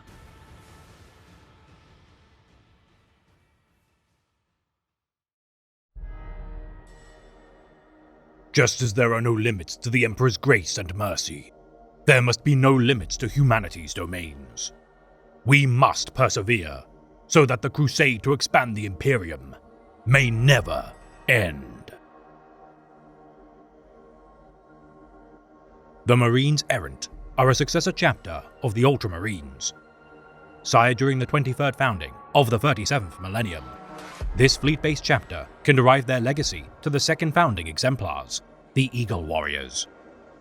Created to address the fall of over 50 Space Marine chapters, wrought by conflicts such as the Age of Apostasy and numerous corruptions of once noble creeds by the influence of chaos. These warriors are cast to the far corners of the void to destroy the enemies of the Imperium. Constantly crusading, alike to the Black Templars to bring the judgment of the Emperor to his foes, an ancient proclamation inscribed within their archives of Vilamus states their duty to forever quest and give battle, knowing no home but the grace of the Emperor's mercy, finding purpose only in the destruction of the enemies of mankind. Venturing beyond the brink of the Imperium's domains in order to purge the wicked, these vaunted crusaders have proven singular in their ability to return to the embrace of Imperial space, largely intact. Cleansing the wayward Imperium of shame during the Age of Redemption, their aid reinstating the Adeptus Ministorum's power base free from the mania of Goj Vandir has enabled their close ties to the masters of the Imperial cult as among their most stalwart allies. Establishing a covenant with the rogue trader house of Akail during 390.M38, Though the exact terms of the agreement are unknown, it is speculated that their assignment of Space Marine vanguards to their house is compensated with resources and war materials to bolster their crusades, or perhaps is made to repay a debt of immense value. Such is the esteem to which the chapter hold House Akail, that even those Astartes returning from their secondment retain the markings of their house on their armor as a sign of respect, often affixed to ornate power armor gifted by their patrons. Establishing a secure storage location for their gene seed upon the world of Vilamus, the chapter cannot risk such precious materials being corrupted by the currents of the warp as they venture into the heart of Chaos's domains. Recruiting neophytes from a variety of worlds due to their nomadic nature, the chapter's excess numbers of apothecaries are fastidious in retrieving gene seed from their fallen battle brothers to prevent the diminishment of future candidates. Adhering to the tenets of the Codex Astartes as strictly as can be possible for a fleet-based chapter, their bespoke nature has regardless required flexibility only when necessary to the prescribed doctrines of the Lord of Ultramar. Appointing their captains to command a strike cruiser, or on rare occasions, light cruiser, which houses their respective company, these autonomous crusading vessels operate without the supervision of the wider chapter and must be ready for any and all possibilities. Dividing the elite Terminator-clad 1st Company veterans and 10th Scout Company neophytes to all remaining chapter forces, this broad approach to warfare has proven effective in minimizing losses without costing effectiveness. Transferring unproven Astartes throughout their companies to increase their comprehension of the chapter's battle doctrine, their tenure bolsters unity among the chapter and strengthens their abilities. The chapter's tech marines, maintaining a somewhat sparse collection of armored vehicles. What the chapter lacks in firepower is compensated by their tech savants' expertise in repair and salvage of the spoils of war. Speculated to utilize non-Codex approved armaments such as Xenos technology on occasion, their long-distant crusades are rarely if ever resupplied by the Mechanicus of Mars due to the difficulties locating and reaching their forces. When amassed at full strength to combat the direst of threats, each time the chapter reconvenes, their numbers exceed 1,000 Astartes, and even the 10-company limit of the Codex Astartes. Their need to replenish numbers independent from chapter command, and requisition of war materials, making it impossible to discern the true strength of the Marines errant. On more than one occasion, replacing entire companies with an excess of surplus Space Marines, the chapter has on one occasion harbored more Battle Brothers than there were suits of power armor to protect their forms. Maintaining minimal proportion squads of Assault, Devastator, and Scout Marines precisely as ordained by the Codex Astartes, their most venerated souls such as Dreadnoughts and even heavy tanks are deployed only should they be necessary. Having no preference for the foes they face, whether aliens, heretics, or mutants, the chapter never refuses calls to arms or the opportunity to expunge the Emperor's enemies, though such zealous actions have resulted in a gene curse to spread within their ranks. Instilled with unending valor, each Space Marine afflicted feels no hesitation to hurl themselves into suicidal charges, exacerbated by their duty through sacrifice, which causes Battle Brothers to display their devotion to the Emperor by shielding their allies from mortal wounds. The zenith of such a curse displayed as they lead the charge, such zealous Astartes volunteer to be the first to embark from boarding craft, drop pod, or Thunderhulk insertions, their glory to be the first man to die, blinding them to other alternatives. From the eastern fringe to the Eye of Terror, these Space Marines have waged hundreds if not thousands of crusades throughout their service. Their pedigree respected by the majority of Adeptus Astartes chapters as valiant and noble allies. Their secondment to organizations such as the Chamber Militant of the Ordo Xenos, the Death Watch, though challenging to facilitate, are well worth the toil. Often serving for extended periods of time to mitigate the struggle to obtain them until their abrupt dismissal once a chapter fleet is close enough to return to. The capture of the Watch Captain, Kael Vibius, regaled as among the Death Watch's most famed heroes. His escape from Komora, alongside his Marines' errant brethren, earned him membership of the chapter's Dark Void Elite, his secondment serving as a symbol of the chapter's might. Their venerated deeds, made during the Corinth Crusade of 698.M41, alongside elements of the Ultramarines, Angels of Absolution, Lamenters, Silver Skulls, Scythes of the Emperor, and 50 regiments of the Astra Militarum among the most gloried. Under the command of Chapter Master Marneus Calgar, the Marines errant purged the War of Skargor after 7 years of bloodshed. their inarguably most recognized service made during the Badab War of 901.M41 as among the first chapters deployed to the campaign by order of the High Lords of Terra. The Marines errant, though assigned to reinforce the beleaguered Firehawks, spent much of the campaign crippling the Tyrant of Badab's supply lines. Clad in halved white and blue ceramite, which honors their Eagle Warrior forebears, their chest aquillas are painted yellow, utilizing black tactical rolls on their right pauldron, which is sometimes mimicked on their knee plates, marking their squad number with white hieroglyphic numerals atop such designs. As a strictly Codex-compliant chapter, each Space Marine uses its prescribed color scheme to trim their pauldron to signify their company.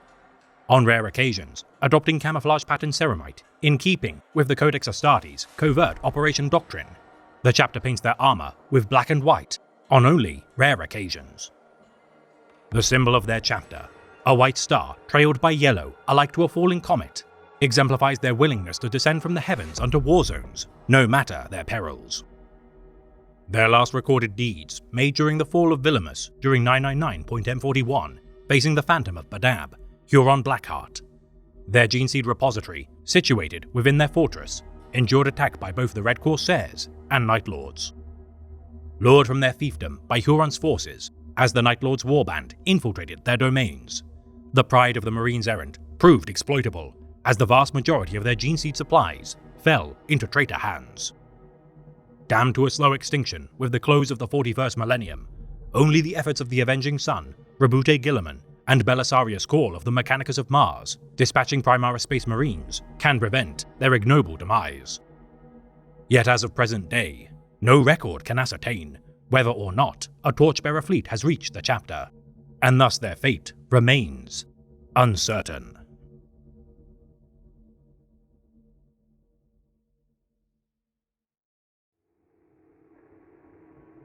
I have lost brothers, aye, and wept over their graves. Good men deserve to mark their passing. Even the Emperor weeps when his warriors fall. Royal thralls gather that morning dew in blessed vials, to be treasured as relics forevermore. Regret is weakness, guilt is weakness, but sorrow is a chamber in any soldier's heart. Sorrow is felt even by the divine. The Emperor's Spears are a successor chapter of the Ultramarines. Sired during the 25th so-called Bastion founding, prior to the conclusion of the 40th millennium, these warriors alongside the Celestial Lions and Star Scorpions chapters fought as the United Force, the Adeptus Velari, or Sentinels of the Veil. Hailing from the ocean world of Nematon, within the otherwise empty Ophion system, the spears surround their fiefdom with an orbital array fitted with millions of laser batteries and torpedo bank platforms, provided by their forge moon of Bellona. Regarded by the people of their homeworld as ghosts rather than demigods, the tribes of Nemator shield the eyes of their young from beholding the giants in their midst, spurned by the civilization of their birth, as well as the contemporaries of their warrior creed.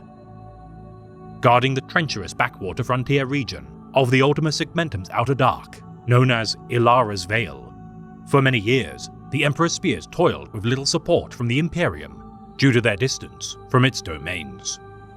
The Star Scorpions, with time falling to the thrall of chaos as a result of their genetic instability, the Emperor's Spears watched with disgust as the heraldry of their once allies turned to the tarnished pearl of the Pure Warband, as their former panoplies were assigned to the 888th chapter of the Adeptus Astartes, the Mentors. Witness to the downfall of the Celestial Lions due to their feud with the Emperor's Holy Inquisition, with the Sons of Rogel Dawn dwindling, the Spears stood as the primary remaining vanguard to defend the Veil from falling to enemy hands.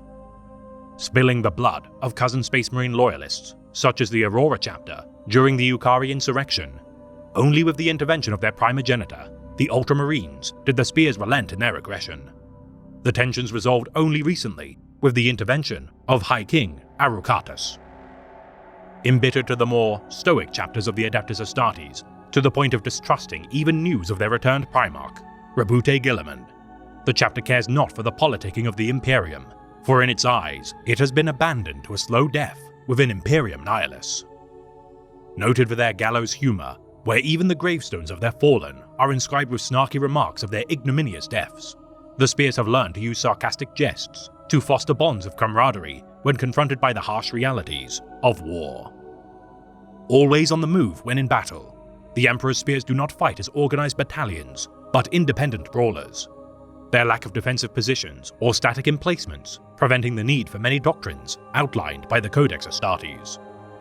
Masters of orbital assault and bombardment air-to-ground invasions, their overabundant aerial vehicles allow for swift deployments and redeployments before the enemy has adequate time to react.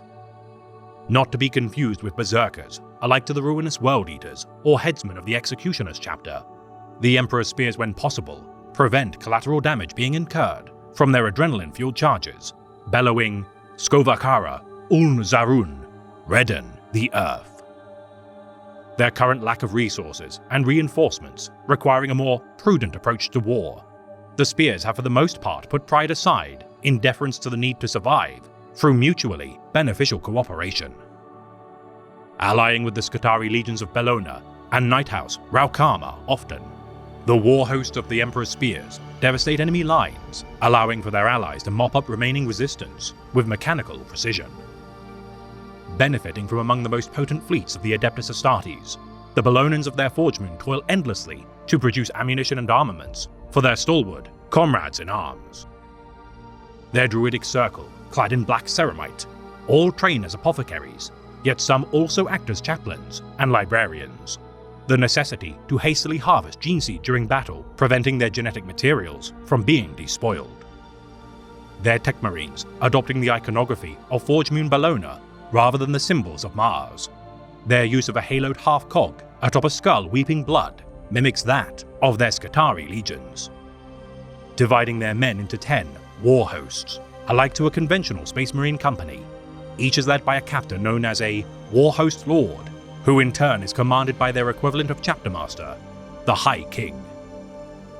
Their first company, bearing red tridents on their helmets and white pauldrons, are known as the Paragons of the Chapter, each of these peerless warriors forsaking the chance to be promoted to the rank of senior officer and specializing in slaying enemy commanders within the thickest of fighting. Claiming the skulls of their enemies to be hung within the inner chambers of the Immortals, among their battle trophies and honored chapter banners, pride instills the spears with purpose as they equip for battle within their arming rooms. Clad in sky blue ceramite, adorned with white helmets, as a largely divergent chapter from the Codex Astartes, the chapter utilizes no pauldron trim colors to designate their war hosts, and only sparingly uses Gothic numeral markings. On occasion, designating their tactical role with black markings on their right pauldron, using white high Gothic numerals atop such designs to symbolize their squad. It is far more likely to observe a spear using Nemete's Ogham runes, which combine unit markings, honor rolls, and tribal wards. Designating their company using Nemete's runes on their armor, with occasional honor markings to symbolize their brotherhood with fallen celestial lions and star scorpions. Each battle brother bears personal heraldry on their right knee plates atop darker shades of blue, which symbolizes gloried campaigns or lost comrades in arms. Displaying their supreme adoration for the celestial lions, many Astartes, especially of the Primaris Creed, honor their blood shared together by painting lions on their knee plate, or on rarer occasions, the silver fist, argent gauntlet of the Exodus Armada. Non-commissioned officers, noted for their plumed helmets, while sergeants adopt red transverse crests. Their veteran sergeants stripe them with red and black, whilst lieutenants utilize longitudinal versions of such patterns, and captains bear pure white crests. Adorning their armor with pelts, scale hides, talismans, and trinkets. Such embellishments are often gifted by the tribes of Nemeton. All Astartes ordered not to allow their panoplies from becoming too dirty, to prevent their armor's machine spirits becoming restless, or their visage to seem weak. The symbol of their chapter, a white skull atop a black upward trident on a field of azure blue, honors the ocean world of their birth and idolatry of its stormy seas. Though the chapter did not receive Primaris Space Marine reinforcements due to the difficulty for Imperial torchbearers to survive the perilous journey to the Nemeton sector, with information gifted via transmitted data threads, initial efforts to replicate the surgeries to ascend to second-generation Astartes proved disastrous. Causing bone protrusions and malformations of muscle growth, Only with aid from the Mentor's Legion Zealot Secundus, Anurada Daz, were the Calgarian rites successfully conducted, allowing for the Emperor's spears to transform their warriors into the form of Primaris Space Marines. Further isolated with the birth of the Great Rift, without the aid of the now renegade Star Scorpions, nor beleaguered Celestial Lions, the Emperor's spears stand alone as the noose of chaos tightens around Ilara's Vale.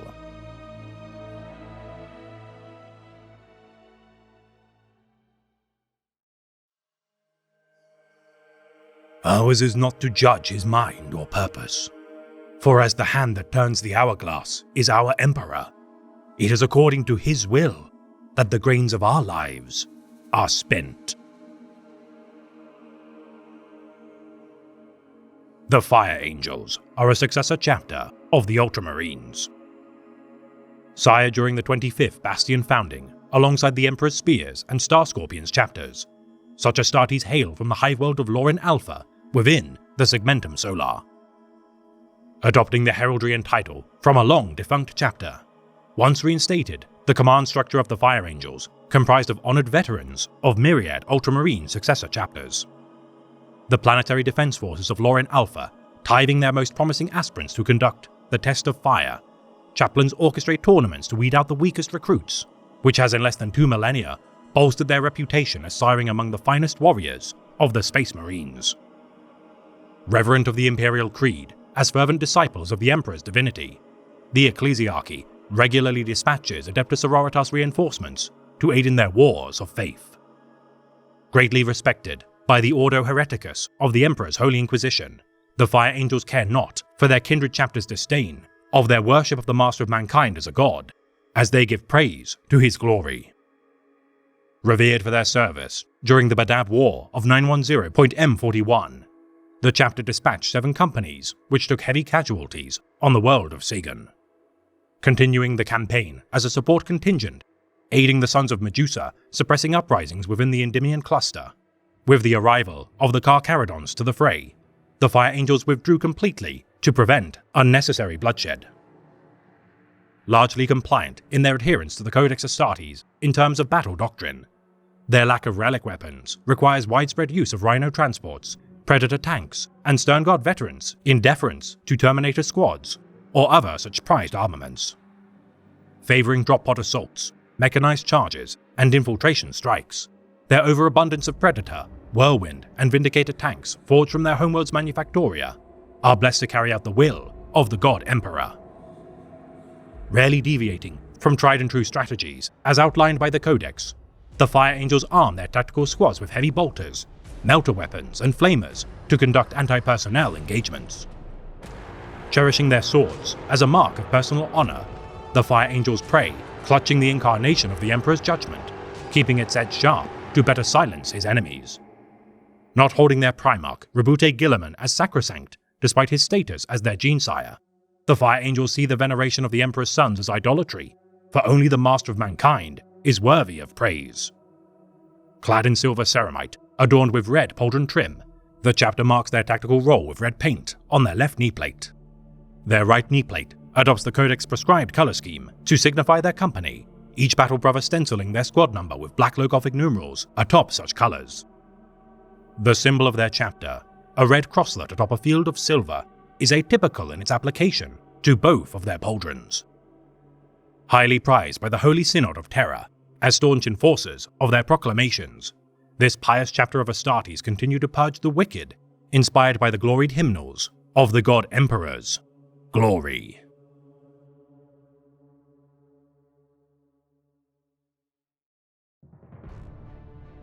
I couldn't keep looking at the wider battle. With Amadeus on the ground, my place was with him. Tiberia's duty was the same. We brought our probes in closer to our master, each one within bolt gun range, splitting our attention between immediate threats in his vicinity and outward threats from afar.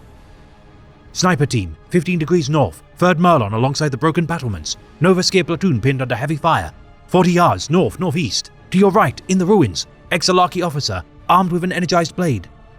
A constant flow of warnings and awareness, streaming into his ears. He'd trained for this. This was how he waged war. He acknowledged neither of us as we spoke in ceaseless, overlapping murmurs, yet he reacted to everything we said.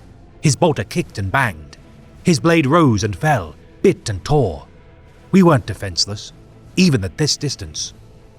Our servo skulls were armed with needlers, spitting las darts over Amadeus' shoulders into foes he couldn't turn to face, risking brief drifts from his side to track and cut down any enemy stalking from other directions. When Amadeus reloaded, in a moment of stolen silence, Tiberia and I still fed him the continual whisper of data from our probes.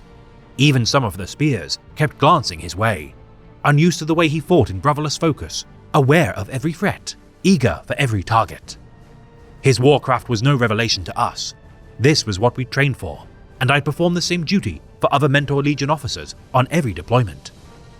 Tiberia, on her first deployment, also had a week of field experience, now to add to her years of battle simulation training. She was as icy as any veteran helot. I saw more than one spear lose precious seconds, taken aback by my master's unending awareness of the battle around him. The spears fought as brothers, as a unit, moving in harmony and watching out for one another, as warriors have done since conflict was the brutal simplicity of shield walls and phalanxes at the very dawn of war. Amadeus fought alone, always moving, never taken by surprise, with his senses open to 100 things he couldn't see, simply because we could. The Mentors are a successor chapter of the Ultramarines. Sired during the 26th founding of 738.M41, their heraldry and designation as Chapter 888 was inherited from the legacy of a fallen creed of the prior 25th Bastion founding.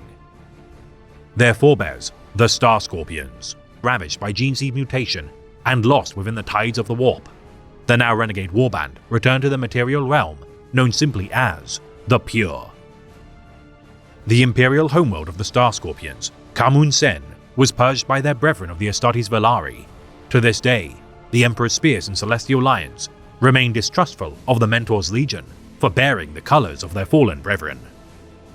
Unable to stabilize the Star Scorpion's gene seed, regardless of the toil of several Magi Biologist chem architects, the 888th chapter was reconstituted from Ultramarine genetic stock gleaned from Holy Terror's gene laboratories. Known far and wide as the Mentoring Legion, this enigmatic chapter is mistrustful of other Astartes creeds and imperial institutions.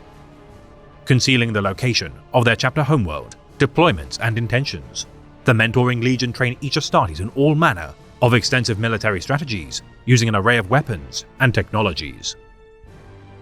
Retaining a training cadre upon their homeworld as they dispatch individual Astartes far and wide across the stars, the Mentors tend to vulnerabilities within the myriad branches of Imperial outposts. Though the chapter fields 10-man squads, often split into battle groups of 5 Astartes, as outlined by the Codex Astartes, all squad members are veterans, known as tutors. Appointing no sergeants to their command hierarchy, every tutor is capable of leading their squad. Their progression to the fold of the elite cadres, honing their specialization in bespoke strategies. Mastering demolition, reconnaissance, infiltration, and commando tactics, such veterans of the Elite First Company are deployed only to the most crucial engagements threatening the Imperium. Seconding individuals of the elite cadre to aid planetary defense forces, Astra Militarum regiments, and other Astartes chapters, the Emperor's Holy Inquisition favors such capable Astartes due to their peerless skill at arms, knowledge of military science, and keen eye for detail. Rarely fighting with even a portion of their chapter strength, even the Adeptus Terra value the Mentor's elite, as their seconded expertise work unseen to vanguard humanity's defenses. Often aided by helots, indentured servants drawn from the homeworld of the Mentor's chapter, each Mentor deployed alone works in tandem with his attendants, each armed and trained to defend themselves from traitorous Astartes or other dangerous aggressors.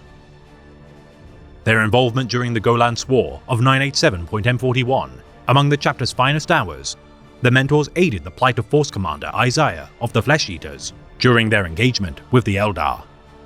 Losing 350 Astartes to the Eldari in their attempts to drive the Xenos from Golance.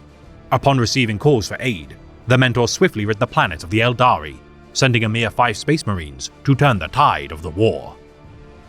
Every battle brother, a savant of observation, adaptation, and memorization, many believe such traits to be a genetic mutation of their Ultramarines' primogenitor's proclivity to analyze potential threats, whilst pondering theoretical wargames. Possessing a genius level of military intellect, combined with years of perfected combat experience, whether seconded to Militarum armored regiments, Imperial Navy fighter squadrons, or Space Marine scout companies, their knowledge is well implemented. Extracting useful battlefield data from their allies, which bolsters their already impressive archives, no Imperial organization within the galaxy can compete with the Mentor's repositories of insight. Benefiting from an immensely varied role of honor due to their collaboration with untold millions of soldiers, each championing disparate military creeds and cultures, the Mentoring Legion embark upon campaigns beyond the remit of even the most venerated Space Marine chapters. Encouraging competition within their ranks to hone their training to new heights of competence, the chapter's close ties to the Adeptus Mechanicus hierarchy allows for new innovations whilst field testing experimental weapons and gadgets. Their panoplies, while not as gaudy as many of their contemporaries, often created to the highest quality and outfitted with a variety of potent modifications. Working alone as a prerequisite when assigned to the Chamber Militant of the Ordo Xenos, the Death Watch, Astartes of the Mentors volunteer for solo combat duties whenever possible. Reinforced with Primaris Space Marines and the necessary resources to replicate the surgeries to adapt Firstborn Marines via the Rubicon Primaris, due to the constraints incurred by the Great Rift to Imperial navigation, the Mentors are often relied upon to visit chapters in aiding their integration of second-generation Astartes. Clad in dark green ceramite on their chest, backpacks and pauldron trim, the remainder of their armor is painted white, each Astartes designating their tactical role on their right pauldron with red paint, marking their squad using black High Gothic numerals atop such designs. As a semi-codex compliant chapter, each battle brother indicates their company by painting their helmets using prescribed codex colors. The symbol of their chapter, a stylized red raptor head on a field of white, epitomizes their duty to remain watchful over the subjects of the Imperium. Currently deployed to several campaigns, such as the Battle of Caradon against the Orc Xenos and harrying of Crotwell Biel-Tan, a new wound upon the chapter's honor has recently been inflicted. Their fiefdom of Gorst, invaded by Illuminor Seras of the Necron Sortek dynasty, the Mentors strive to avenge the loss of their fortress complex and theft of their priceless gene seed, once guarded within its domains.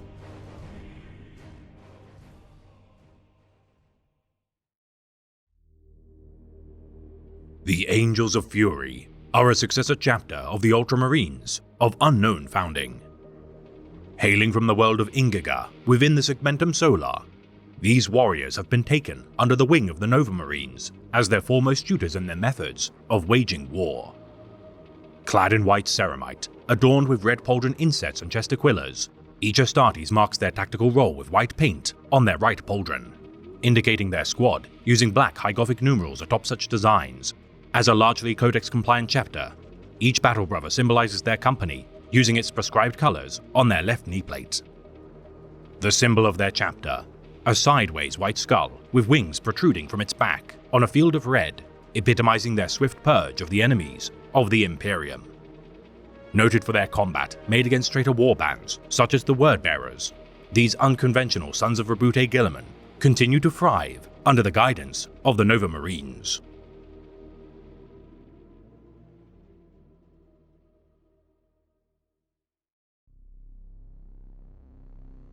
The Brazen Consuls are a successor chapter of the Ultramarines of unknown founding.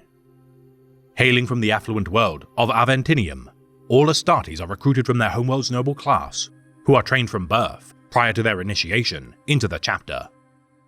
Expert fencers, marksmen, and strategists, while arguably among the most well-prepared and elite Space Marine creeds, these Astartes also practice perfect etiquette well suited to banquets or political meetings. Clad in bronze ceramite, black pauldron trim, helmets, and white chestaquillas, each battle brother identifies their tactical role with black paint on their right pauldrons, using bronze numerals atop such designs to indicate their squad. The symbol of their chapter, a white, four-pointed star centered atop the brow of a black skull, each Astartes mimics the design by likewise adorning their helmets with white stars. Currently deployed to the Third War of Damnos against the forces of the Sarikhan dynasty, alongside elements of the Ultramarines, Iron Hounds, Libators, White Scars, and Salamanders, these sons of Rabute Guilliman refused to allow the Xenos to claim its domains.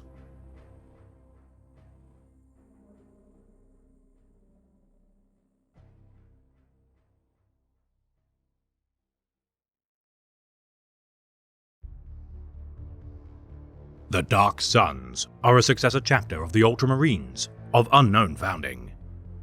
Hailing from the world of Darkhold, these Astartes since their creation have been mentored closely by the Nova Marines chapter, likewise to the Angels of Fury chapter. Gloried for their service during the Achilles Crusade, First and Second Punisher Wars, their aid saving the Dark Hunters chapter homeworld prevented their otherwise inevitable extinction. Clad in dark green and white courted ceramite, adorned with gold chest aquillas, each Astartes bears yellow tactical rolls on their right pauldron, marking their squad using green high Gothic numerals atop such designs. Each warrior indicates their company using Codex prescribed colors on their right knee plate. The symbol of their chapter, a stylized green 12-pointed stenciled star surrounding a circle on a field of white, honors the legacy of the Nova Marines by somewhat mimicking their own chapter iconography. Efficient and skilled warriors all, their boundless ego nevertheless causes their allies to bristle, often souring relationships to the point of refusing to collaborate during future battles.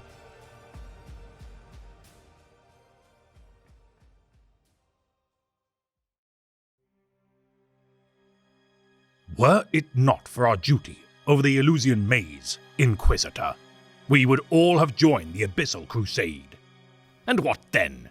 Could our combined strength have saved our brothers from damnation and visited swifter justice on the false saint? Or would we all have fallen? I ask myself this question daily. None can judge a son of Guilliman harder than he judges himself. You would do well to remember that. The Doom Legion are a successor chapter of the Ultramarines of unknown founding. Hailing from the world of Elusia Prime within the Ultima Segmentum, these warriors have been abandoned by the wider Imperium, yet hope that their strength may one day be brought to bear against its enemies. Overseeing the Eleusinian Maze asteroid field, whilst garrisoning the pre-Horus Heresy era Star Fortress, Faithful Deliverance, this chapter of Space Marines benefits from firepower in excess of many chapter fleets. Their domains beset by the Warp Storm, Dionys, during 321.M37, which manifested chaos mutations within their aspirant Astartes, the summons of Saint Basilius required the Doom Legion and other affected chapters to be screened. Known hereafter as the Judged, chapters including the Doom Legion volunteered to embark upon their penitent Abyssal Crusade to redeem their honor. Tasked with purging traitor Astartes inhabiting demon worlds within the Eye of Terror to cleanse their shame, the Judged were set upon by a vast Chaos Warfleet and scattered throughout the Ocularis Terribus. Losing 6 of their companies following their venture into the Eye of Terror, such Astartes were transformed into the Chaos Warband of Nurgle, the Vectors of Pox. Honoring an ancient Parley tradition with their fallen first captain, Victarion, the chapter rejected the Thrall of the Plaguefather's offer to transcend his warband to the scale of a legion, alike to that of the Great Civil War. Chapter Master Constantos, ordering his men to escort the Emissary of Chaos to his frigate, subsequently fired a fusion warhead from the Faithful's Deliverance, destroying Victarion, sending a message to the God of Plagues.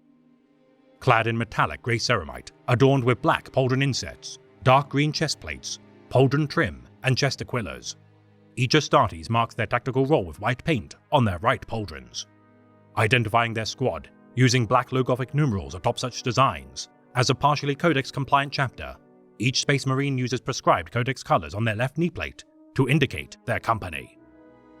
The symbol of their chapter, a white skull with a fanged jaw upon a field of black, promises death and destruction to the enemies of mankind, their veterans wearing white helmets to mimic its design.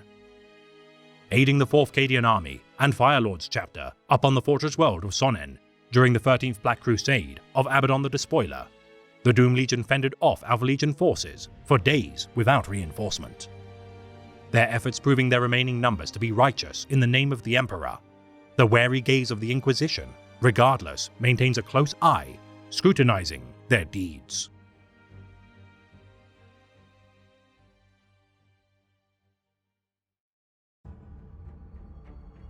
The Hellion Legion are a successor chapter of the Ultramarines of unknown founding. Fleet-based in nature with no known homeworld, these protectors of the Imperium's farthest reaches often root out Orc and Necron infestations. Constantly suffering catastrophic losses due to their lack of Imperium support contingents, the chapter's Grand Master divides each of the chapter's 7 remaining companies to act as micro-chapters comprised of veterans, scouts, and battle line Astartes. Clad in black ceramite, adorned with bronze chest aquillas, silver pauldron trim, knee plates, and backpacks, this chapter's use of heraldry is more complex than many of their peers. Utilizing peculiar white and red markings to designate their tactical role, as well as senior command staff on their left pauldron, each battle brother paints white high Gothic numerals alongside such sigils to identify their squad. Using more traditional, black Codex-prescribed squad markings atop their white knee plates, such symbols aid collaborators in war to identify their formations. Each member of their Terminator Elite leaving a part of their armor unpainted in their chapter's colors. One or more pieces of their ceramite retains the ultramarine blue of their primogenitor to note their veneration of the champions of Guilliman. The symbol of their chapter, a black stylized four-pointed cross overlain with a red sun atop a field of white, is peculiarly marked on their right pauldron rather than the left, their squad sergeants changing its color scheme to a white cross on a field of black. Presently defending the industrial world of Arkali, the Hellion Legion stand defiant against both the Plague Marines of the Death Guard and relentless tides of Xenos aggressors.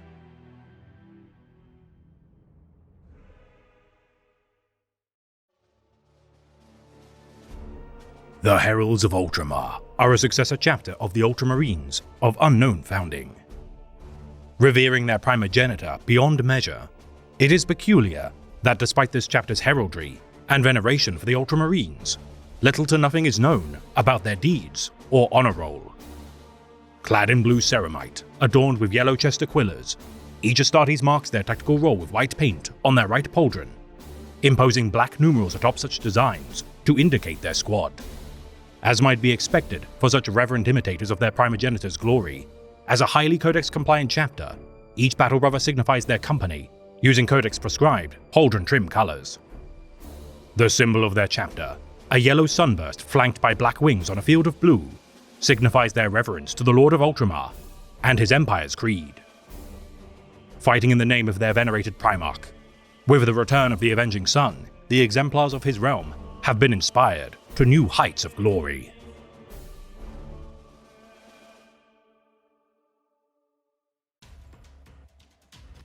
The Iron Hawks are a successor chapter of the Ultramarines of unknown founding. Hailing from the world of Stormfall within the Ultima Segmentum, these warriors, now cut off from the wider Imperium by the Cicatrix Maledictum, must contend with the denizens of the warp storm of the Somnium Stars. Strict disciples of the tenets of the Codex Astartes, these sons of Rabute Guilliman revere their gene-sire above all, save for the master of mankind. Aiding the White Scars during the Bloodswarm Crusade of 936.M41, and Salamanders during the Blood Plague Crusade of 995.M41, their alliance oversaw the extermination of the demon legions of Korra Arseth upon the besieged shrine world of Lamaf's Hope. Clad in dark grey ceramite, adorned with black pauldrons with white faceplates, each Astartes marks their tactical role with red paint on their right pauldron. Identifying their squad using white low Gothic numerals atop such designs, the chapter paints their chest aquillas with Codex-compliant colors to designate their company. The symbol of their chapter, a stylized white hawk's head on a field of black, epitomizes their nature as predatory hunters. Launching high-speed assaults using Thunderhawk gunships as standard, these masters of the sky unleash brutal devastation upon the foes of the Imperium.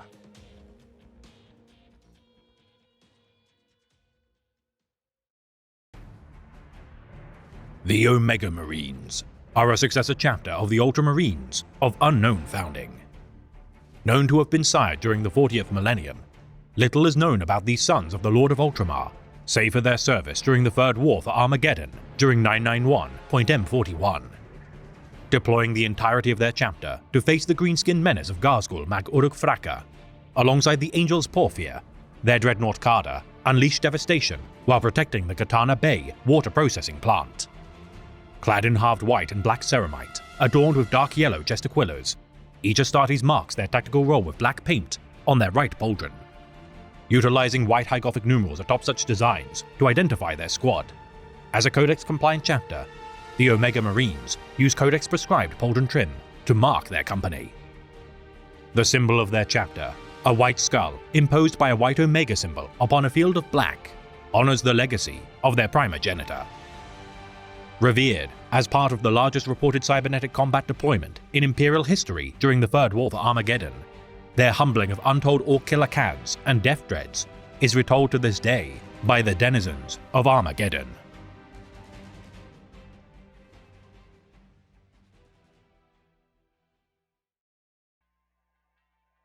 The Rainbow Warriors are a successor chapter of the Ultramarines of unknown founding. Hailing from the world of Prism, much of the chapter's history has seemingly been redacted by Imperial authorities. Vaunted for their service during the Bloodstar campaign of 748.M41, their opposition to the gigantic demon invasion within the Skara sector would be forewarned by the omen of the Star of Ares changing to blood red. Alongside the Relictors and Firelords, the Rainbow Warriors thwarted the thralls of the Ruinous Powers, their valor costing the lives of each of the Astartes Creed's chapter masters. Though a Codex-compliant chapter, several inconsistencies with their operation have sparked speculation. Their use of plasma weaponry glowing with strange luminosity of a spectrum of myriad colors. Clad in dark blue ceramite, adorned with yellow chest aquilers, and marking their tactical role with white paint on their right pauldrons, this peculiar branch of the Astartes paint multicolored, vertical rainbow stripes atop their helmets, as befits their namesake. The symbol of their chapter, a white-winged lightning bolt upon a field of dark blue, bears stark similarity to the Imperial Fist successor chapter, the Death Strike. A member of their chapter, reported to be imprisoned within the vaults of Trazen the Infinite, it is not far-fetched that the chapter may have made pacts with otherworldly beings, or unearthed forbidden technology to benefit from their strange arsenal, and thus received censure by the Emperor's Holy Inquisition.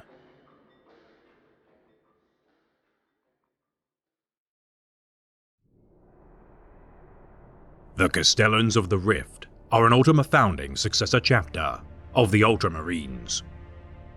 Tasked with defending the perilous Narkmund Gauntlet within the Vigilus system, the sole route between Imperium Sanctus and Nihilus is constantly harried by the foes of humanity.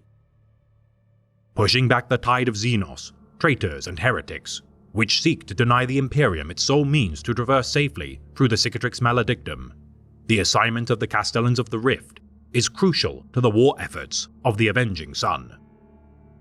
Clad in pale green ceramite, adorned with black backpacks, white faceplates, golden chest aquilers, and trimmed with dark green on their pauldrons and vertical helmet stripes, the chapter signifies their tactical role with white paint on their right pauldron.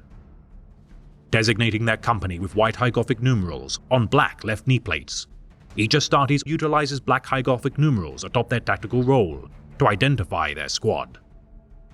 Sergeants of the chapter wear red helmets alike to their primogenitor, denoting veteran sergeants with white vertical stripes, whilst lieutenants bisect their green helmets with red stripes paired with white. The symbol of their chapter, a white skull centered upon a pair of red cross chains atop a field of green, symbolizes their duty to contain the threats of the Narkmund Gauntlet. Currently deployed to the War of Beasts of the 32nd Millennium, this war against the forces of chaos reinforced with renegade knight houses of the world of Derevar has seen the Castellans purge the dark cults of Skorval and further cemented their resolute reputation as Night Hunters of the Void.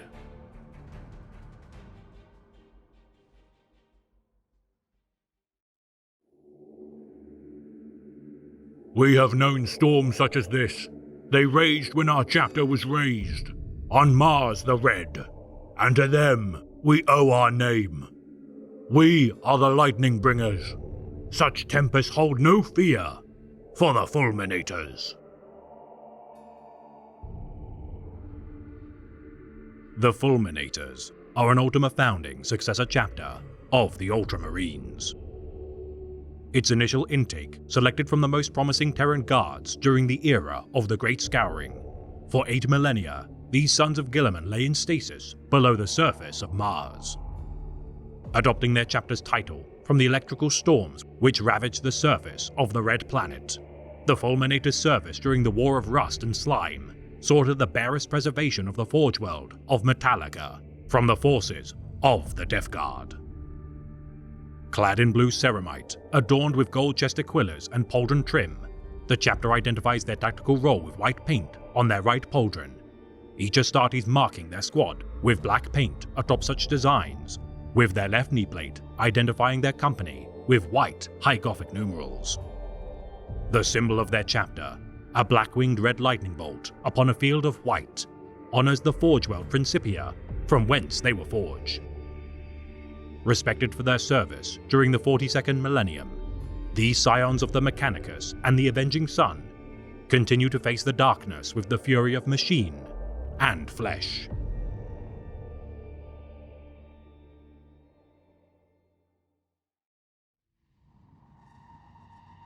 We are the Silver Templars, Swords of Novaris. We are the calm at the eye of the storm, and the lightning bolt that strikes amidst the tempest. The Silver Templars are an Ultima founding successor chapter of the Ultramarines, earning their first victories during the Indomitas Crusade as members of Rabute Guilliman's unnumbered sons. Their cleanse of the world of Novaris of the warband of Slaanesh, the Flawless Host, won them the right to rule the feudal society as its new overlords.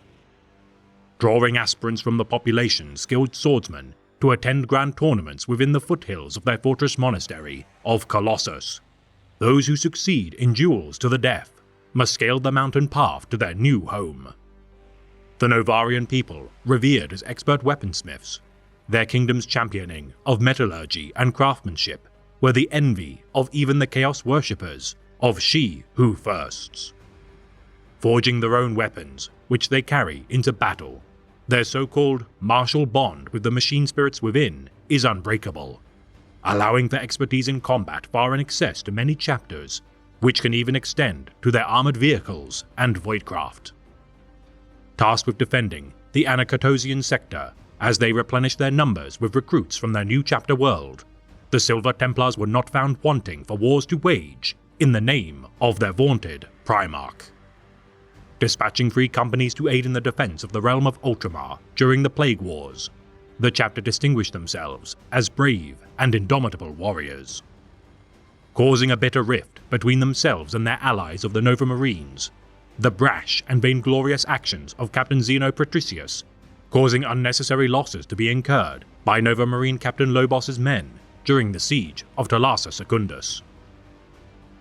Accruing battle plaudits and glorious victories throughout the 42nd millennium, their valor confronting the speed war of Raguk on the agri-world of Ormond's Hearth, relief of Lycaeus, and assault of Nekphis further bolstered their righteous reputation. The elite of the chapter's first company ordered to swear a sword oath upon their induction. Such champions of the chapter fight alongside the battle and reserve companies to uphold their martial vows. Relying on their 8th Company Reaver and Inceptor Marines to enact the first wave of their assaults, their 9th Fire Support Company and Scout 10th Company suppress their foes until the battle companies can lay waste to their numbers. Clad in silver ceramite, adorned with black chest plating, pauldron trim, and left knee guards, each Astartes paints their pauldron insets and aquillas with yellow. Marking their tactical role with black paint on their right pauldron, yellow High Gothic numerals on their left knee plate identifies their company. The symbol of their chapter, a black sword flanked by lightning bolts upon a field of yellow, represents their martial skill and noble demeanor. Dueling each fell champion of the enemies of the Imperium in single combat, these masters of swordplay apply cold precision and unerring focus to achieve domination of their adversaries.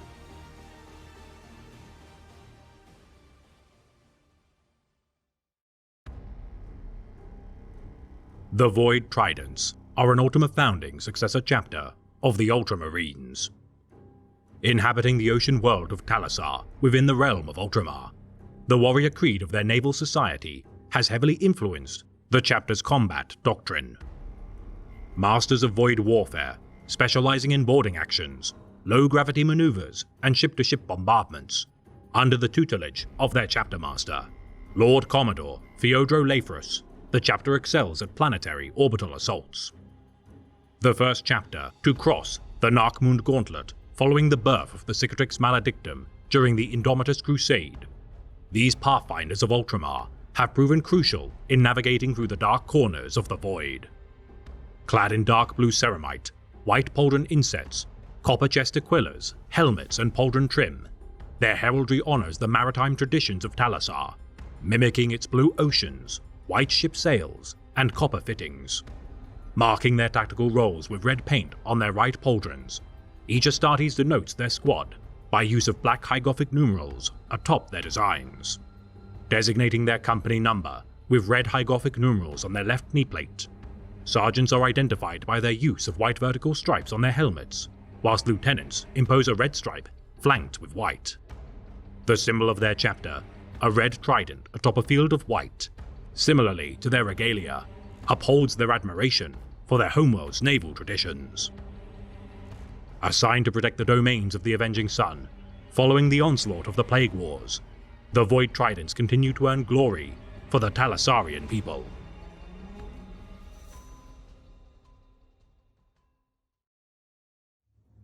This has been a tale of the Great Imperium of Man, read by the Remembrancer. The burden of the Scions of the Avenging Sun is the heaviest of all Astartes, due purely to their sheer numbers. The most prominent defenders of humanity's bulwark against extinction, despite their toil, the sons of the Lord of Ultramar nonetheless bask in the glory they have won through millennia of struggle. It is often easy to disregard the deeds of those who succeed, especially when their rise is meteoric.